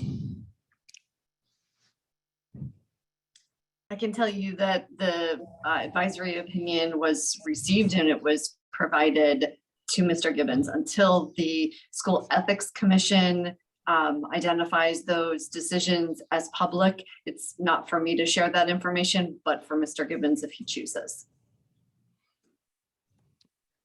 So you're not going to share the information with the public. Mr. Gibbons on June 23rd, 2021, and at other meetings stated that an investigation of Dr. Bender was being done. I'd like to know who is doing the investigations and is it done?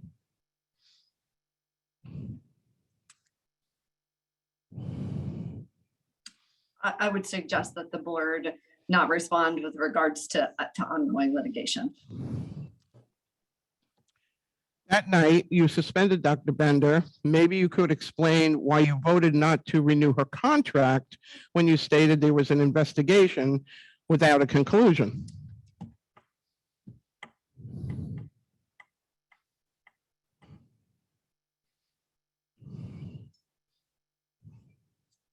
Still no comment. Well, that speaks volumes to everybody that's listening. Thank you.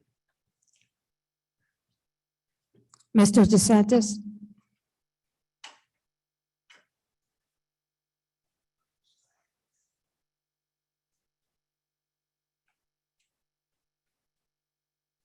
DeSantis, 15 Homestead Place. I'd like to thank the board members who engaged in the public discussion.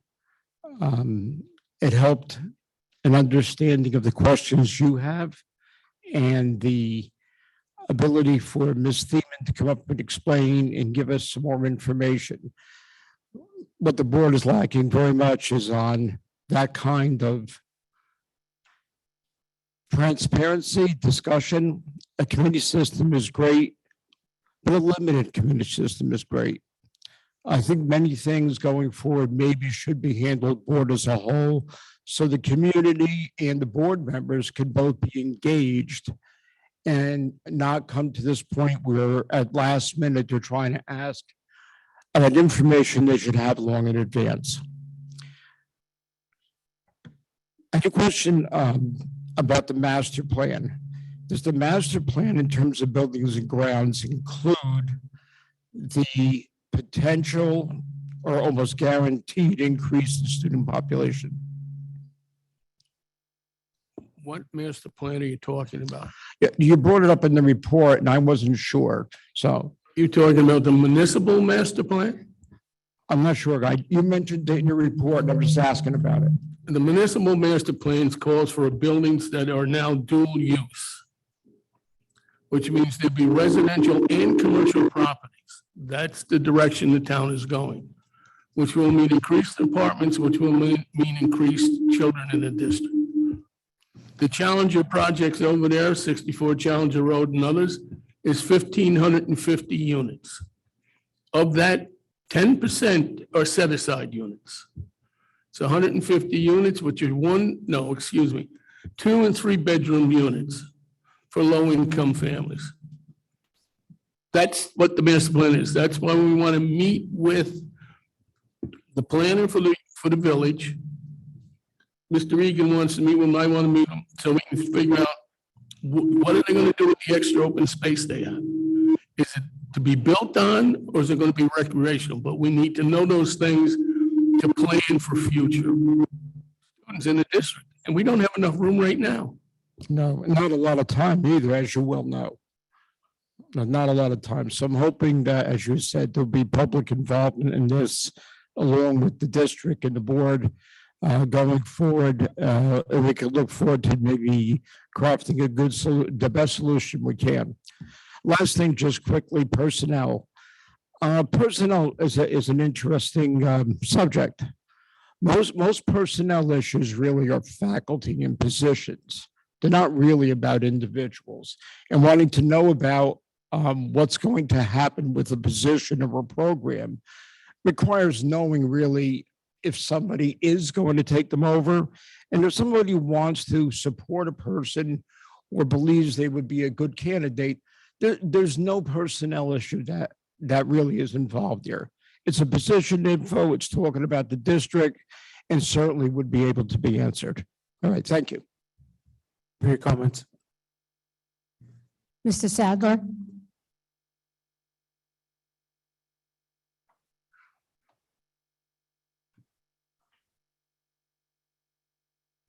Good evening. Hello again.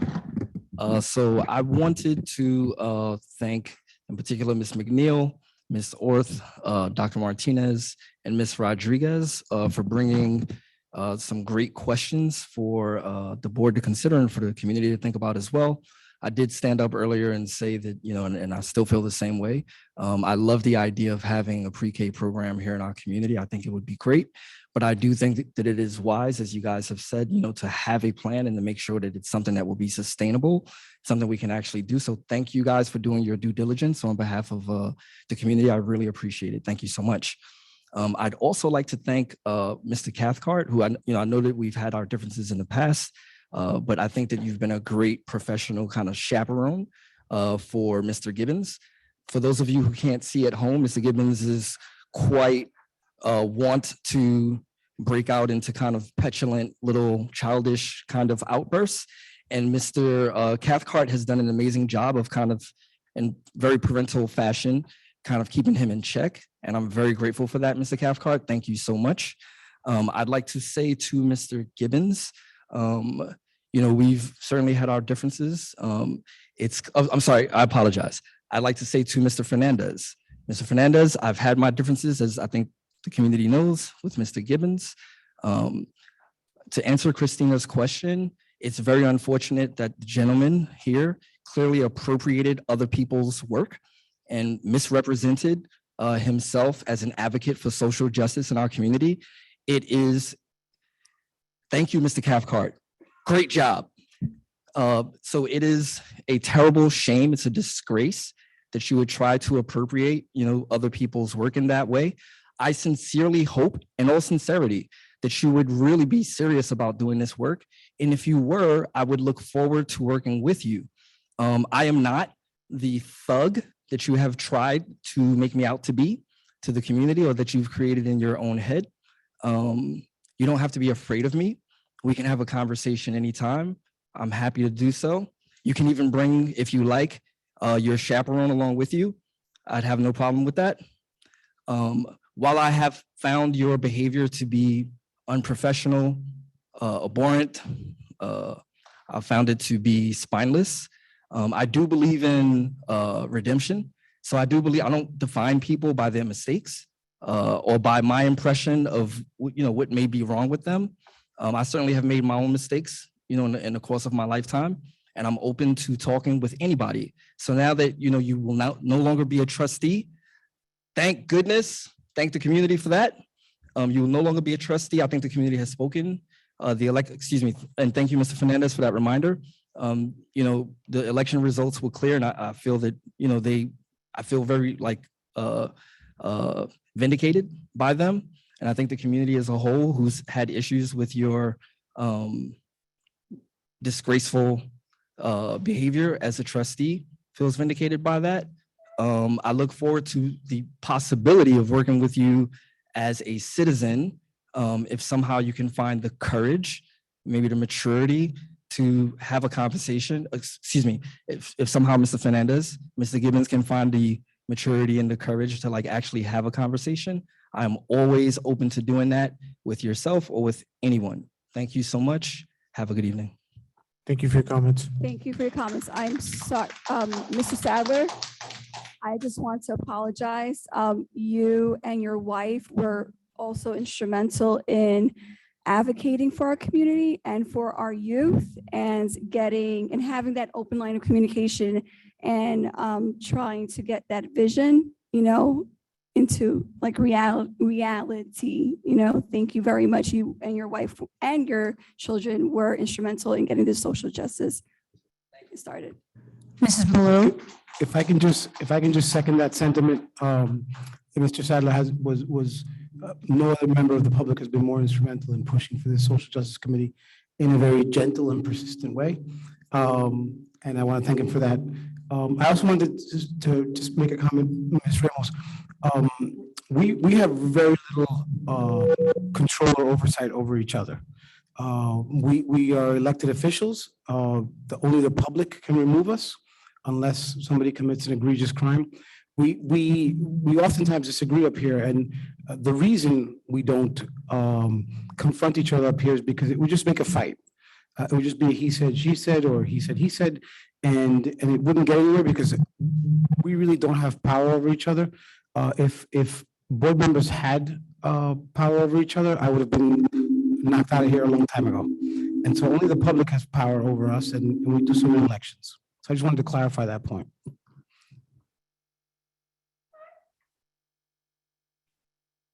Good evening. Just a fast comment to that, Dr. Martinez. You should have seen board meetings years ago. But an awful lot got done that I don't see getting done today, unfortunately. I'm going to read pretty much a statement. It's kind of rhetorical, okay? Has nothing to do with elections or anything. I know. And I don't expect an answer to this. Has to do with the preschool. I know, I'm watching the clock. My comment is this. Diane Theimann was appointed as Assistant Director to Early Childhood Education after being removed as the middle school principal, which I never agreed with, but that's my own opinion as many. She's collaborated with enough people that were involved with this, got the program going, spent hours doing it, gave presentations. And yet I never understood how in an educational system, somebody gets a contract that goes to January. We go September to June, if you're on a school year, or July to June. Okay, so now we have this situation where it's becoming, unfortunately, obvious to me that there may be no extension of that contract. And so here's what I want to know. And again, it's rhetorical. At what point does the Board of Education step in to run damage control? Because as I see it, if she is not renewed in this position, then who is the person, or I guess our acting superintendent is going to be in the position that he is going to have to let somebody, some teacher, a newer teacher, know that she doesn't have a job in January because she is entitled to go back into the classroom. And who's going to tell those 25, 30 students, parents and students that come January, you have a new teacher? Something to think about, because I wouldn't want to be in that position. And then the big question is, who is, she's supposedly the assistant director to the program. I've yet to hear who the director of the program is. So you are leaving a new program hanging. So all in all, over this course of the past year, it mind boggles me how educated people and people that are making these decisions, and I don't mean necessarily the board, but you guys are approving or disapproving, but how this can occur. So the upshot is you basically are going to lose the person that's been instrumental right now with feet on the ground, getting this program up and running. You're going to be losing some poor new teacher is going to get told she's gone because Diane Theimann has every right to be back in the classroom if that's where it takes her. And then you're going to have a classroom of children that are disrupted. Does that make any sense? In my mind, it does not. And again, a lot of times I find here, you're making decisions, but you don't look the big picture. All you're looking is this narrow little section. That's got to change. And second of all, we're talking about space. We're talking about a preschool program that we'd like to bring in. That's great. It's all well and good. We need it. However, as Mr. Cathcart alluded to, we are looking at a major increase in student population. And so I want to throw something out there. Middle school. We have a whatever the term is, track. It's not up to whatever standards it's supposed to be, I guess, competition or what have you. I'm not a track person. Think about putting a new building on that spot, even though I'm going to hate looking out my kitchen window at it, but put a new building there. You can share if you have to, the gym, the common, auditorium, this, but you have a dedicated building. So the kids are separated more than they are. It gives us a ton more space, and it's something to think about. And Mr. Cathcart, okay. For Mr. Cathcart, good luck working with Mr. Ochab on where we're standing, because I hope the public, at least the parent public, has some input in what happens as we move forward through this mess, because we certainly didn't have any input on the master plan. Thank you. Mr. Blumenthal?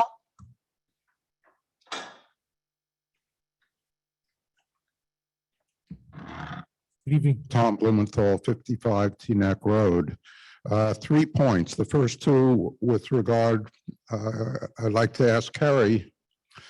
Number one, with regard to Diane Theimann, if this board refuses to renew her, would there be any problem with the new board either renewing her or giving her a new contract in January?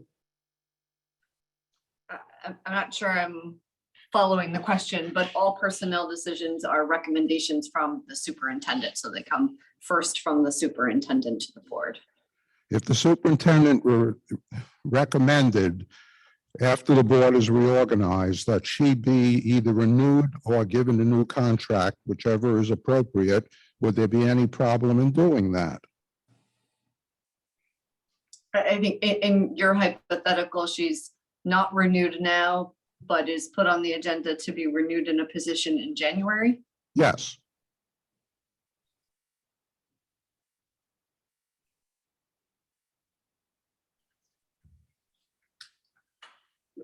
Excuse me, can I interrupt for a second? Yes. Once again, I'm the new kid on the block.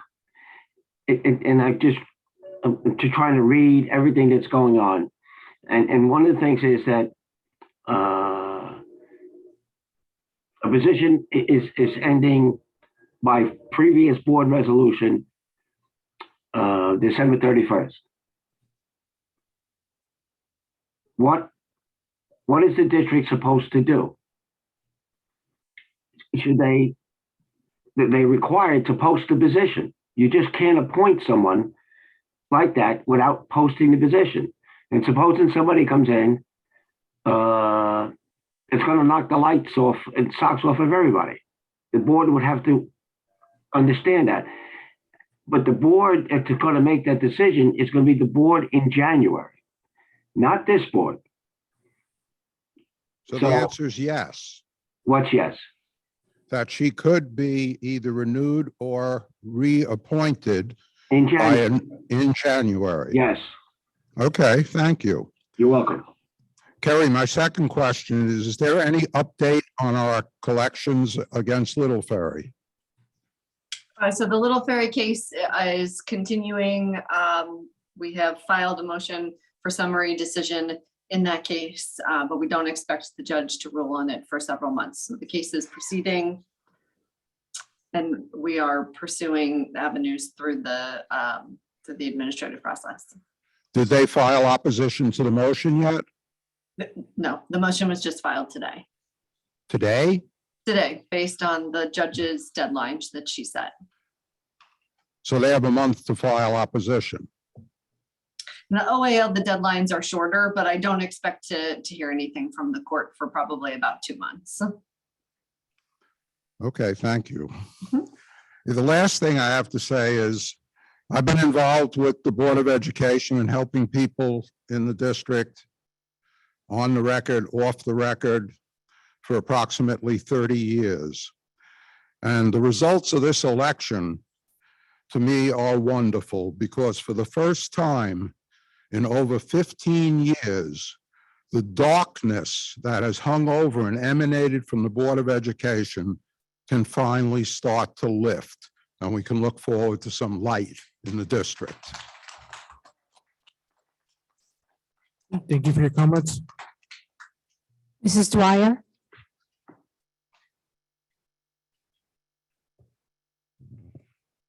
Hi, good evening.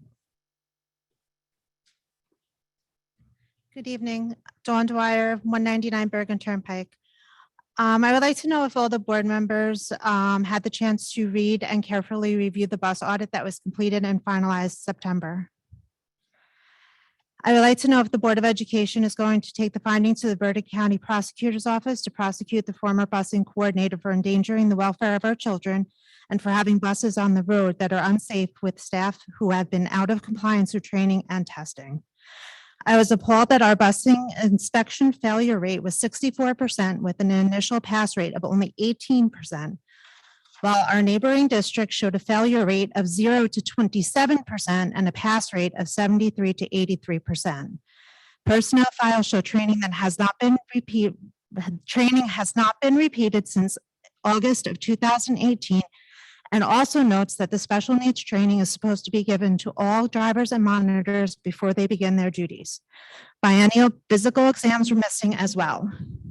Upon interview of 2 experienced drivers, they confirmed that random drug and alcohol testing were not being conducted, and when they were asked about the annual safety training that is supposed to cover 10 state stipulated safety topics, 2 of the drivers reported they had about an hour-long session that centered around timesheets and fueling procedures, which, might I add, were also topics within the report. I consider bringing that attention to that as well, as that affects our tax dollars, but I'm more concerned with the safety and welfare of our children and community. I also researched the accident that was not reported to the state as required. In the state police report, the driver of the Ridgefield Park school bus stated, "It is my fault. I backed up trying to go right." The findings of the investigation revealed that both vehicles were traveling on the New Jersey Turnpike and Route 80 roadway in the area of milepost 118.3 in Ridgefield Park, when the Ridgefield Park school bus was backing unsafely on an active roadway, attempting to do an unsafe lane change, when the vehicle was subsequently impacted in the rear. No injuries were reported, but my understanding a few years ago, I apologize, I do not have any detailed dates and agenda items, but my understanding is that the board passed a resolution to place GPS monitoring on the buses. I know I brought up at several board meetings about the parents having tracking access to the bus that their child is on. Is there any progress or intention of placing this on our buses?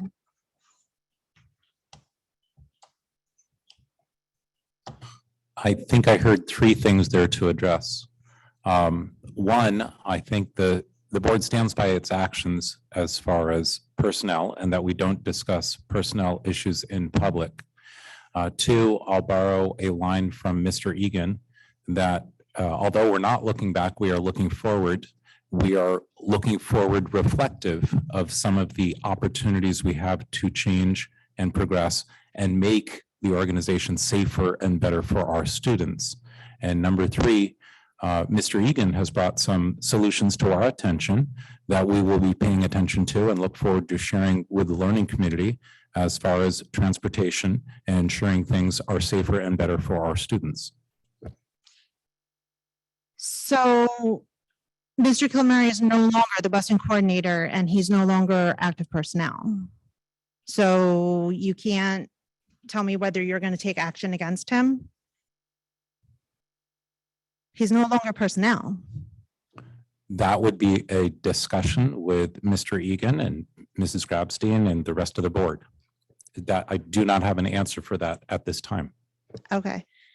I would like to know, so I have part of my question answered, but so Mr. Egan, do you have any intentions of bringing the former busing coordinator to the prosecutor's office? Hello, can you hear me? I don't want to look back, I'm going to look forward. As far as what all this happened with the prior coordinator, once again, I don't have this in writing, but this is what's been told to me, that it was already sent to the prosecutor's office. And I don't know if that's true or not, but I will look into it. And okay, I appreciate that. no, as long as I have you there with this, I would like to say something. I had the problems earlier talking, and it wasn't the tech people, it was my computer. And I corrected that. What I want to do is set up a meeting right here in this building in the future, which I've done in my other districts, is like meet the monitor, where I can talk to people about their concerns and be more free in what my recommendations are going to be going forward. But my whole idea is to go forward. A lot of the things I hear tonight are complaints about or disappointments about things that were done in Ridgefield Park in the past. We have to correct that and go forward as a team. And that's going to be one of my goals. And I'm not trying to pat myself on the back or anything like that, but the districts that I have been in the past, that's what we've done. And those districts are very successful now. And I want to see Ridgefield Park go down the same path. I've already made contact with the borough officials and with the to go and to find properties where we can expand without excessive expenses to the taxpayers. And also that by getting additional space, we can address the preschool. So I think I want to get that message out to the public. I'll work with the superintendent to set up a date, and everybody will be invited. The board can be invited, public, and I'll answer all questions, and I'll have more of an opportunity to express my goals and processes to make Ridgefield Park whole again. Thank you. I can appreciate that, but I mean, I'm not talking about events that happened a year ago, 2 years ago. This is September, 2 months ago. I just got here in October. Would you give me a break? Give me a little time. Well, thank you, Miss, for your comments. Thank you. Thank you. Mrs. Pasiak, I'm sorry if I butchered that.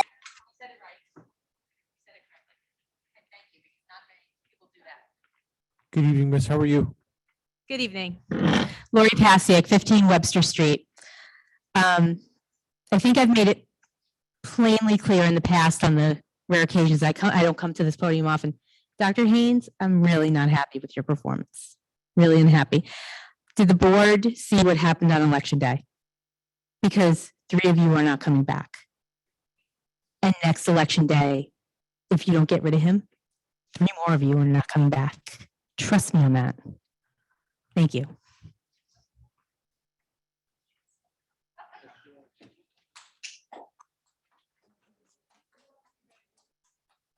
Mr. Raftery?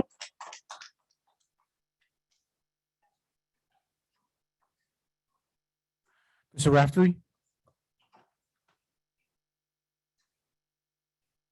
Good evening, sir.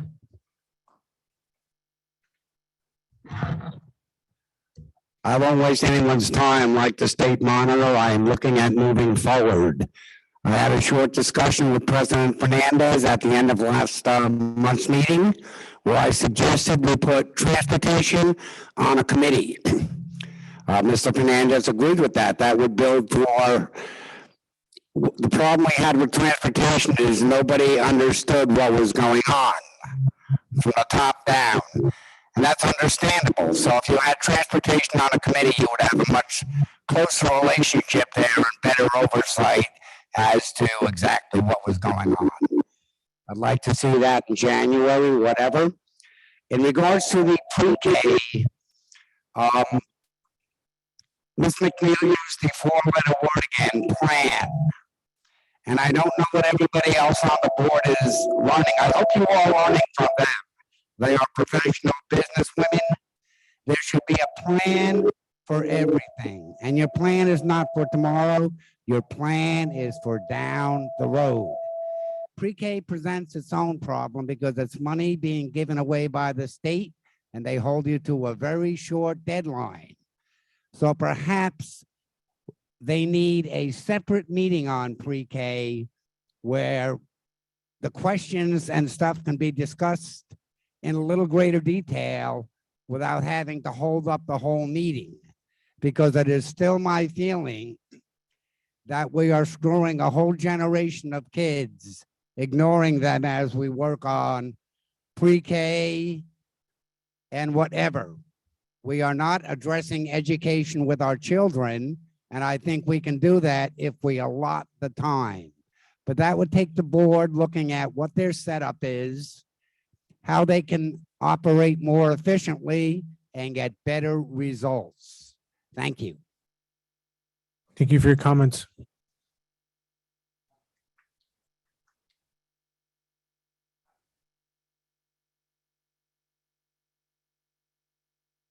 No problem. We just need to promote them. Miss Kelly, can we promote the next individuals?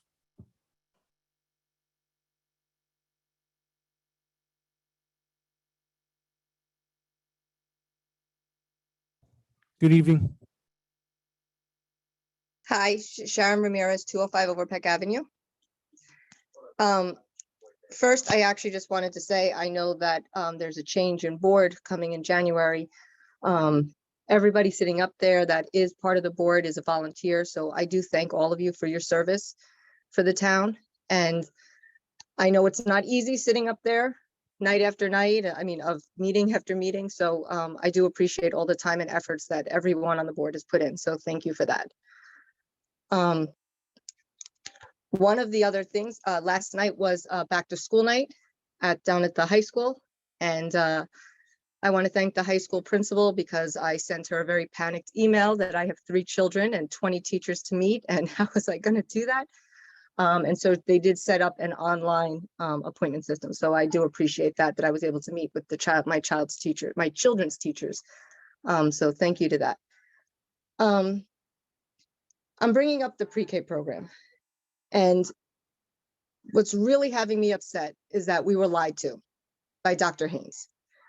We removed Mrs. Theimann from the middle school because he said early childhood is the utmost importance to him. And I got up at board meeting after board meeting explaining all different facets of early childhood, since that is my expertise for over 23 years. We do not need a middle school principal. We need somebody in charge of the pre-K program, And if we are not renewing Mrs. Theimann, it was a lie. You lied to us. You don't care about the social emotional well-being of our 7th and 8th graders. You don't care now about the social emotional well-being of the pre-K program or the pre-K teachers or the pre-K staff. If if in fact she is not renewed. As much as I do appreciate the high school principal in efforts that she's made, and she always responds to my emails, the 7th and 8th grade is lacking. My daughter is in 7th grade. She is not receiving the care and attention that she was receiving from that Mrs. Theimann gave my other daughter. I feel like we're back to the era when my 11th grader was in 7th and 8th grade. The 7th and 8th grade, it feels like they are floating away with the debacle that I talked about back to school, where my daughter's schedule was changed. It's really upsetting that we are taking the social emotional well-being of these poor 7th and 8th graders, and now with these pre-K, where Dr. Haines got up time and time and again that he cares about early childhood. Well, Dr. Haines, you are a liar, because you do not care about early childhood if Mrs. Theimann is not renewed.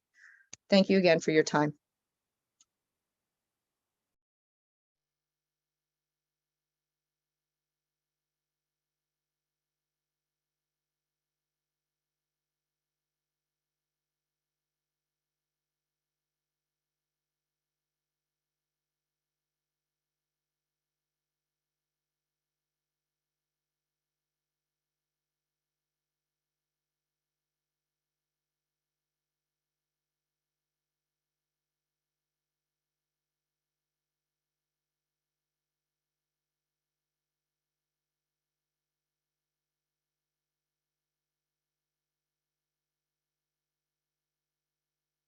Were you able to hear me?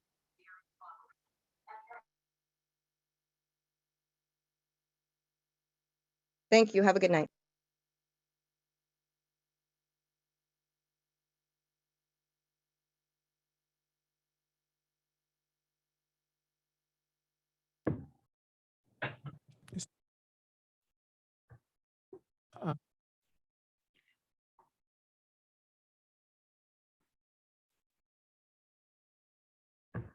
Okay. Oh, I'm sorry. Okay. Please, I just need you to put your name down, please.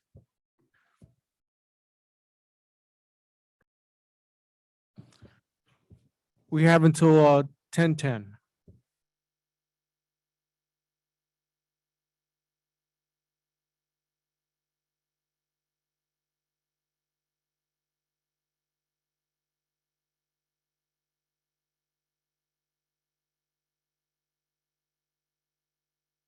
Good evening, miss. How are you?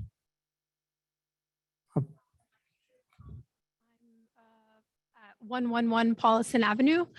I'm the director at the co-op, and I just came up here to clarify a few things in regards to, thank you, sorry, I'm a little nervous. I just came up here to clarify a few things about the co-op. I just want to clarify that the co-op is fully committed to continuing our partnership with the district and has already started the process of looking for additional spaces within our area. I have already submitted the required paperwork through the state and for our expansion, as well as our courtesy visits. They are in the process of doing this for us.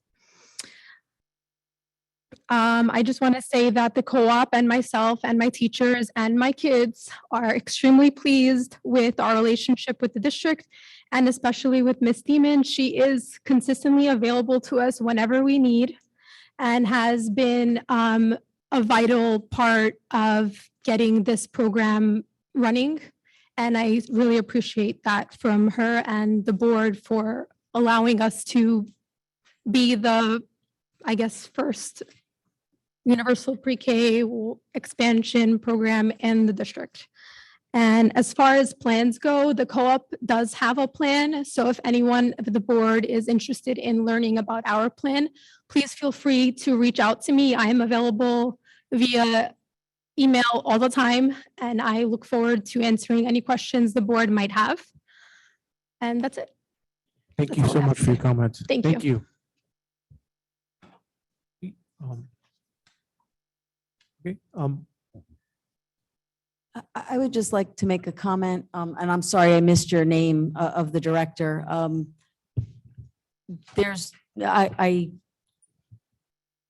don't want you to feel nervous. I'm a little bit beside myself that you are nervous speaking to us. And just want to reassure you that we are not looking to you or Ms. Theimann to answer individual questions. What we're asking is to have the comprehensive plan. So the work that you are doing and working with Ms. Theimann in order to put those plans together is exactly what you should be doing and what she should be doing. And the overarching plan presented to the board as a board together where we can have conversation on what it means is really what we're looking for. So keep doing the good work that you're doing. All right, I appreciate that. Thank you. Yeah. If I can also add that, again, this district has, one of the reasons I ran for the board is because things were happening in this district that I wasn't happy with, that I thought the board had lost its leash on the administration, so to speak, and it was kind of the other way around. And so I think many of us on the board we ran because things were not being regulated when people weren't doing their due diligence and things that got under control. So I think to correct that, and hopefully it's an overcorrection, and hopefully there's nothing to see here. And when you guys give us the plan, hopefully the board is relaxed, as we have been many times, once we get the plan, once we get the data. But procedurally, I think we're doing our due diligence. We're trying not to sign off on anything unless we understand it. And so this is one of those cases where this is a very, very big program, a very big commitment. It's a very long commitment. And I think we're all committed to it, but we want it to be quality. And so that's what we're asking for a plan.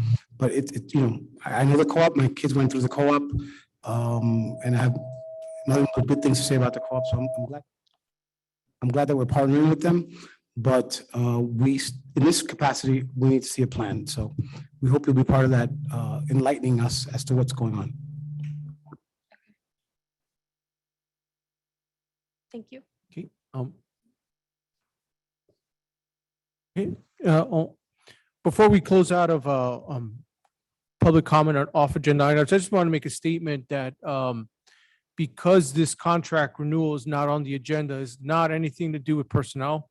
It's just more or less the procedural, as mentioned by in Mr. Blumenthal's question to the state monitor. It's the guidance we've been given.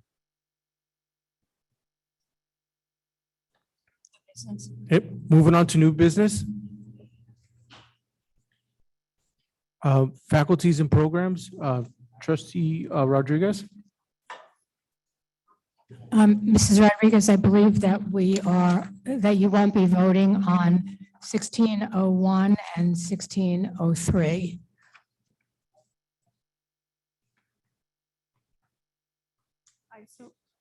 I so move 1602. Are there any questions on faculty and programs, 16.02? Did we have a Carrie, you need a second? motion to. A second.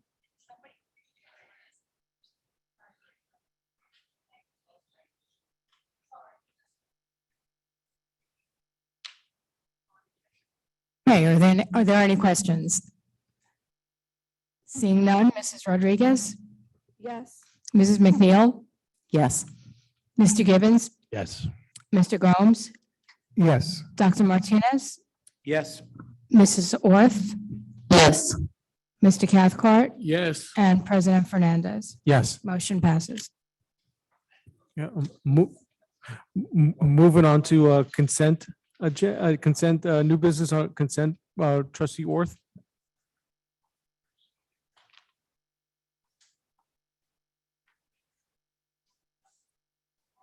Yeah, I'm sorry.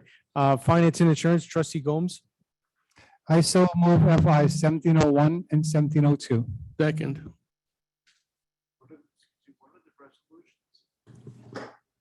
Are there any questions on 17.01 to 17.02?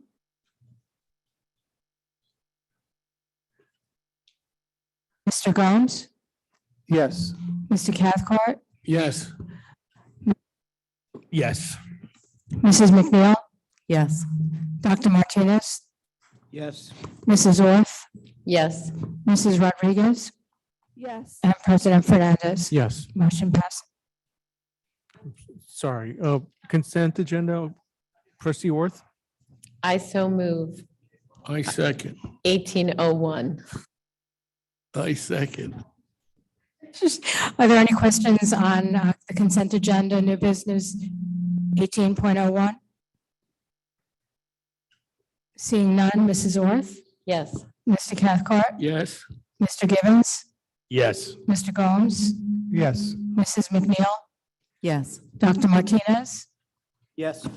Mrs. Rodriguez, Yes. and President Fernandez. Yes. Motion passes.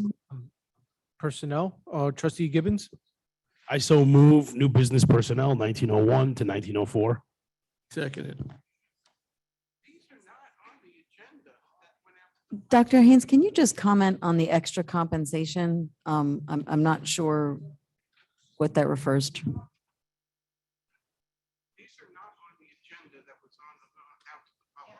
Bear with me just a second. Okay, great. So and my apologies for this. On last month's October agenda, we approved a number of teachers in both the Title I and 4 and 3 agenda items. These individuals should have been on that agenda, but were missed. And so we're approving them, or I'm putting them forth for approval tonight, including the Title III, which is for our ESL students. And this is additional class time after the regular day. Always through Title I and Title IV. It is after the school day. Thank you. And the new business resolutions are on board docs on the agenda. Okay, are there any questions? Yeah, can I just ask, were they added late in the day? Is it possible that somebody printed board docs earlier today and didn't? Yes, that's possible. Okay. Okay. Can I, Mrs. McNeill, just because I am so proud of this, there's a classroom about 100 feet away that had about 30 adults attending our ESL Spanish sessions. And it's evidence to how our grant funding is going to our entire learning community. And something that I wanted to share with the board, because we should all be proud of that.